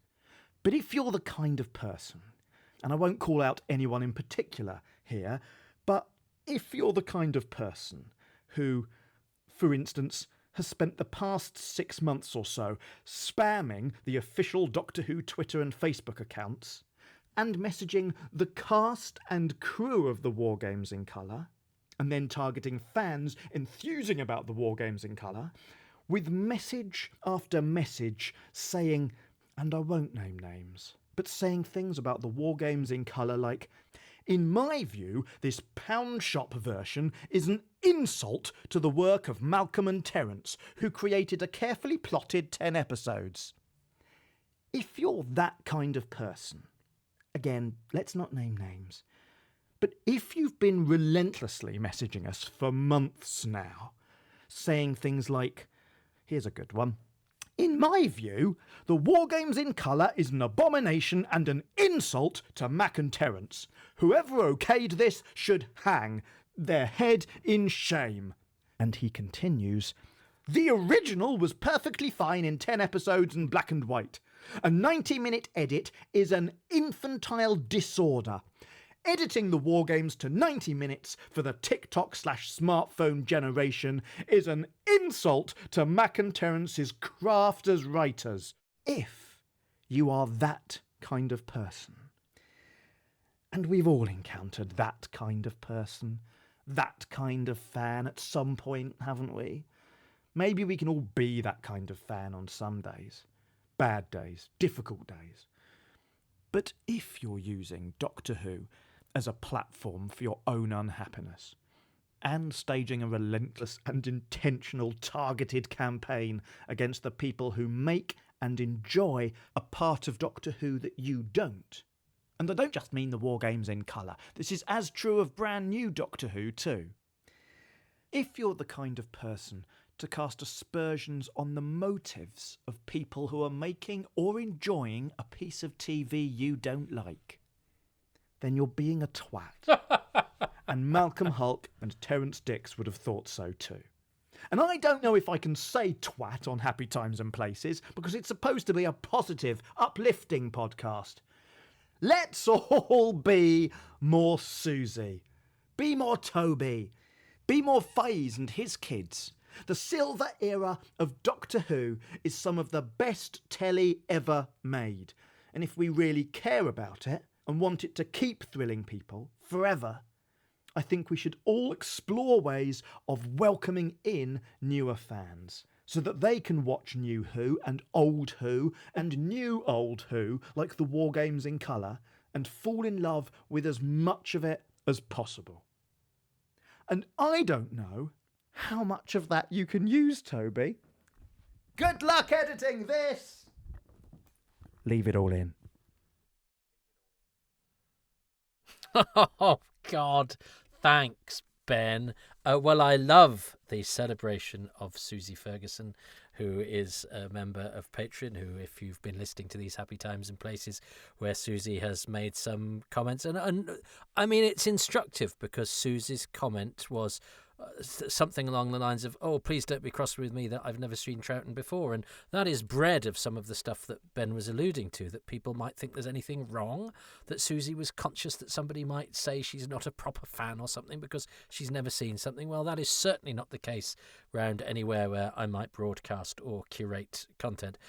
People like Susie and her enthusiasm are welcome, and there's no gradation of fan, which is why I have a slightly strange relationship with the stuff that I do, because I think some people who are prone to dislike, or misjudge me, maybe, may think that I think I'm amazing because I'm some sort of, loftily positioned fan, whereas I actually don't think there should be a hierarchy of fan, because a fan is a person who is subservient to the product that they enjoy, and we are all fans, and no one fan is better than another. And if you consider yourself a better fan than somebody else, then you're on a fool's errand and you're spending a currency I don't recognise, even though, should I choose to, I could be quite rich in that currency because of the opportunities that I've had. But I don't see it like that. I see myself as an utter failure, actually, because I've not contributed professionally to Doctor Who in what I do as a living. All of the sort of extra stuff I do is my hobby, presenting me with opportunities to make programs. But I'm an actor, I'm a comedian, and where I seek professional success is there. So I get no self-esteem, if you like. I don't loftily sit on a fan throne going, aren't I marvellous, because I don't recognise that. And I think Ben, and the reason I mention that is because I think Ben gets some of that too, because he's done the stuff that he's done, and he broadcasts, and I know he alluded to the fact that we've all done things online we probably regret, and I know Ben's had a couple of occasions where he's interacted with somebody and it's not reflected well on that interaction, and it's tricky the way that we conduct ourselves. And I was listening to that and thinking, how do I negotiate what Ben is doing there? But I'm actually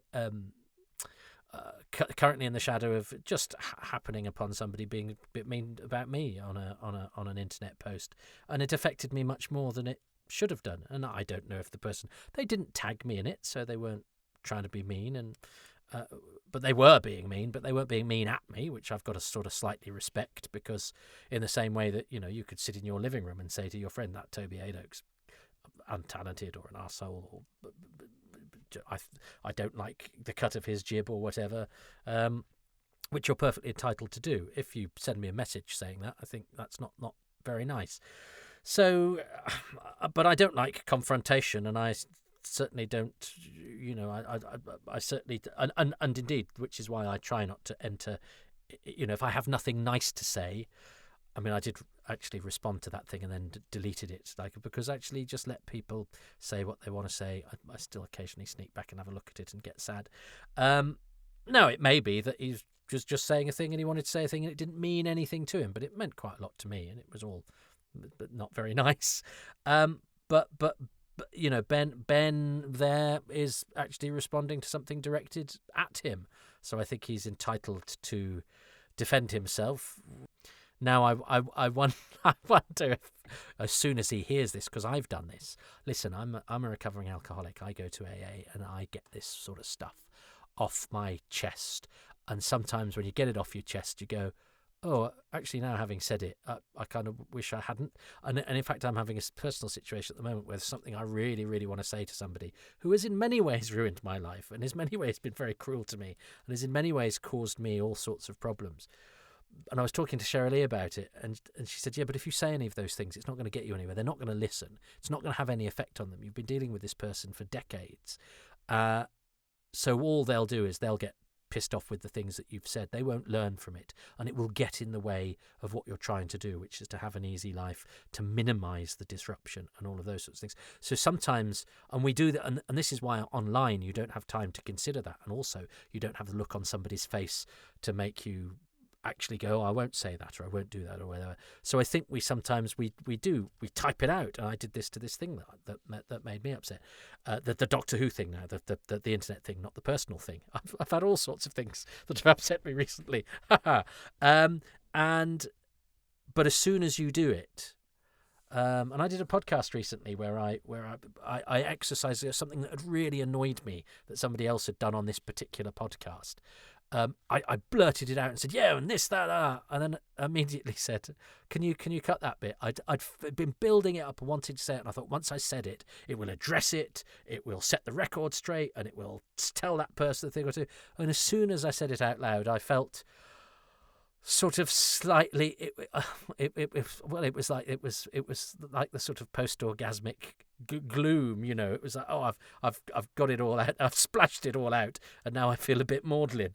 And I think there is an element of that. So I don't know if you've got the blues as you're listening to this, Ben, but you wanted to say it, you were compelled to say it, and as I say, I don't think you were.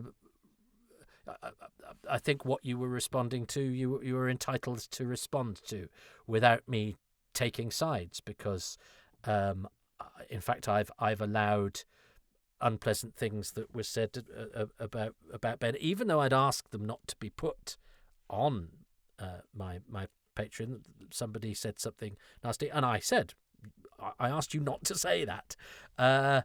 But I still let it stand because I'm not going to censor anybody. But by the same token, I don't particularly want anybody on Patreonville to start having a go at anybody else, and largely people don't. So that was the one occasion where it has happened, and so Ben is kind of responding to that and battlefields elsewhere. So I think in the interests of fair play, I let both stand, but whilst also drawing a line and say there are many, many forums where you can argue with each other about how you conduct yourselves and the work that you do, but don't do it on my Patreon. But I think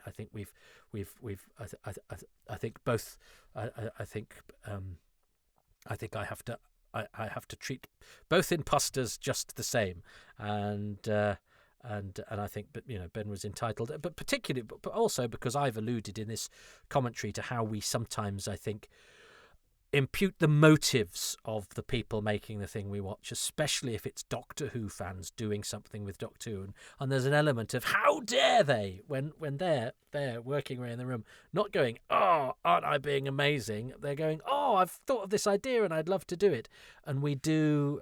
And so I have a slight kinship with Ben in that sense, in that, I know there are some people who, I've seen it said, he's full of himself or whatever, or he thinks he's funny and all those sorts of things, and you go, no, I'm not. I'm just trying to make nice things. I'm just trying to spread a bit of joy. But if you decide that's because I'm full of myself, which you couldn't be any further from the truth, I suppose there's nothing I can do about that, and I shouldn't try to address it, especially not at the end of a 3-hour podcast. But that's precisely what I'm doing, because we feel sort of compelled to do that.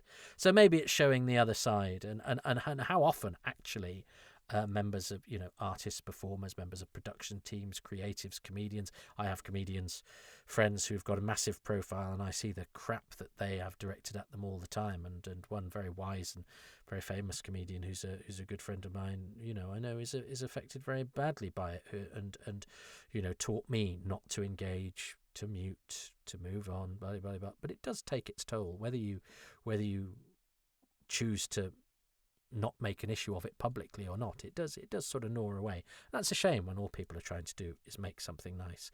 So I hope that Ben's testimony here has shown that whatever you took the War Games in Colour to be, it was an endeavour of celebration, of joy, of creativity, and of trying to do something lovely with Doctor Who, whilst paying all due reverence to it. And I mentioned at the beginning, it's like doing a cover version of a song. You do it because you like the song. You don't do it sort of go, I'll show you what I can do, the Beatles. It's going, I love Yesterday. Can I join in?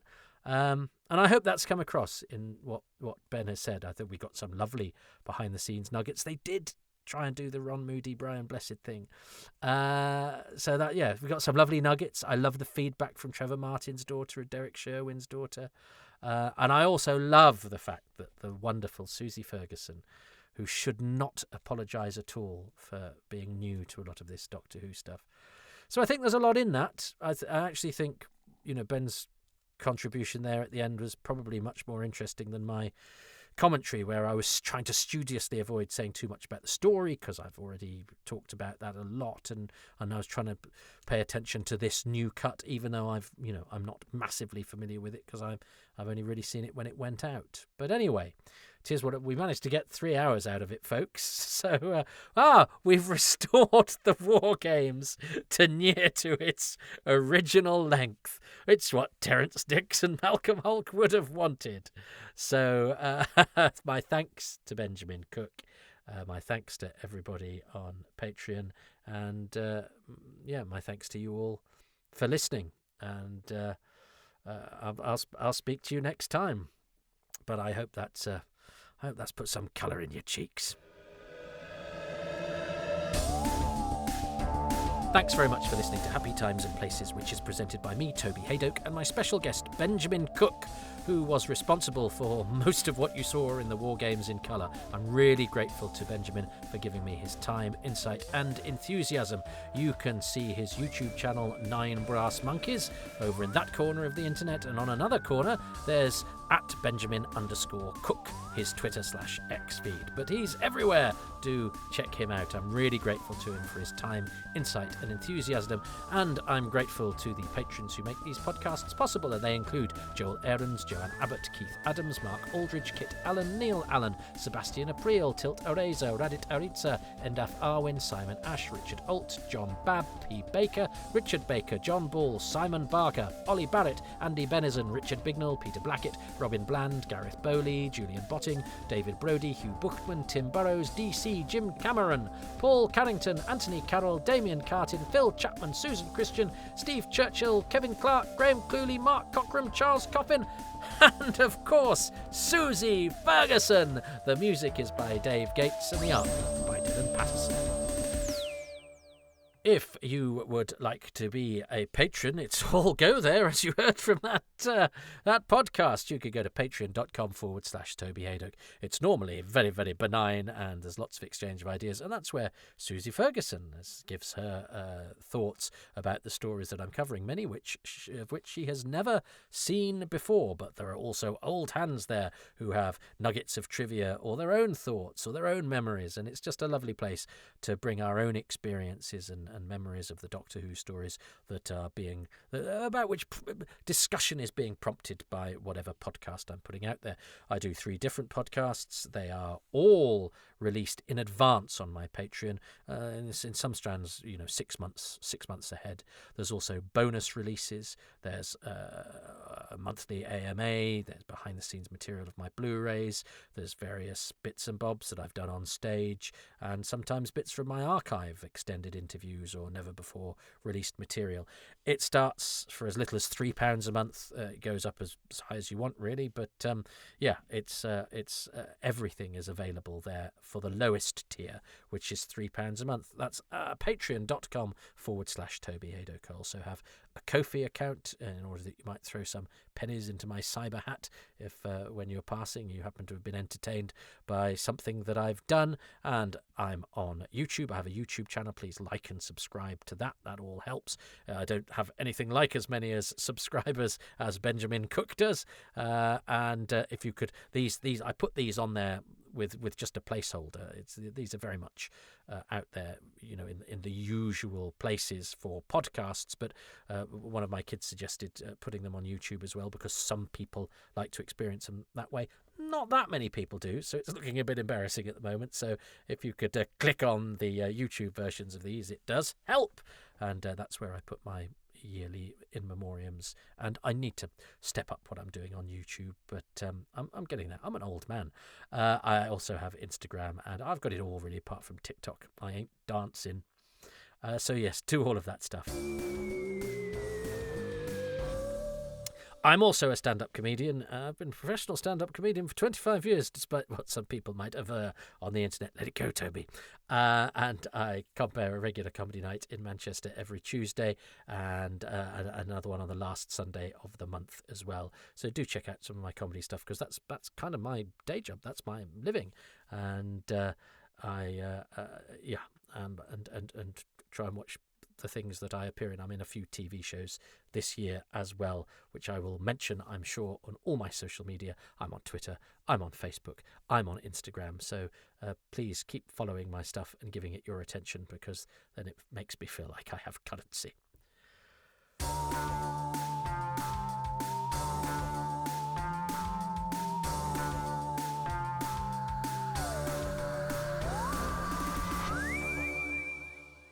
Oh dear, well, that went into places I wasn't sure it would go, but I'm really tired now, and I certainly didn't imagine that this would be a over 3-hour podcast.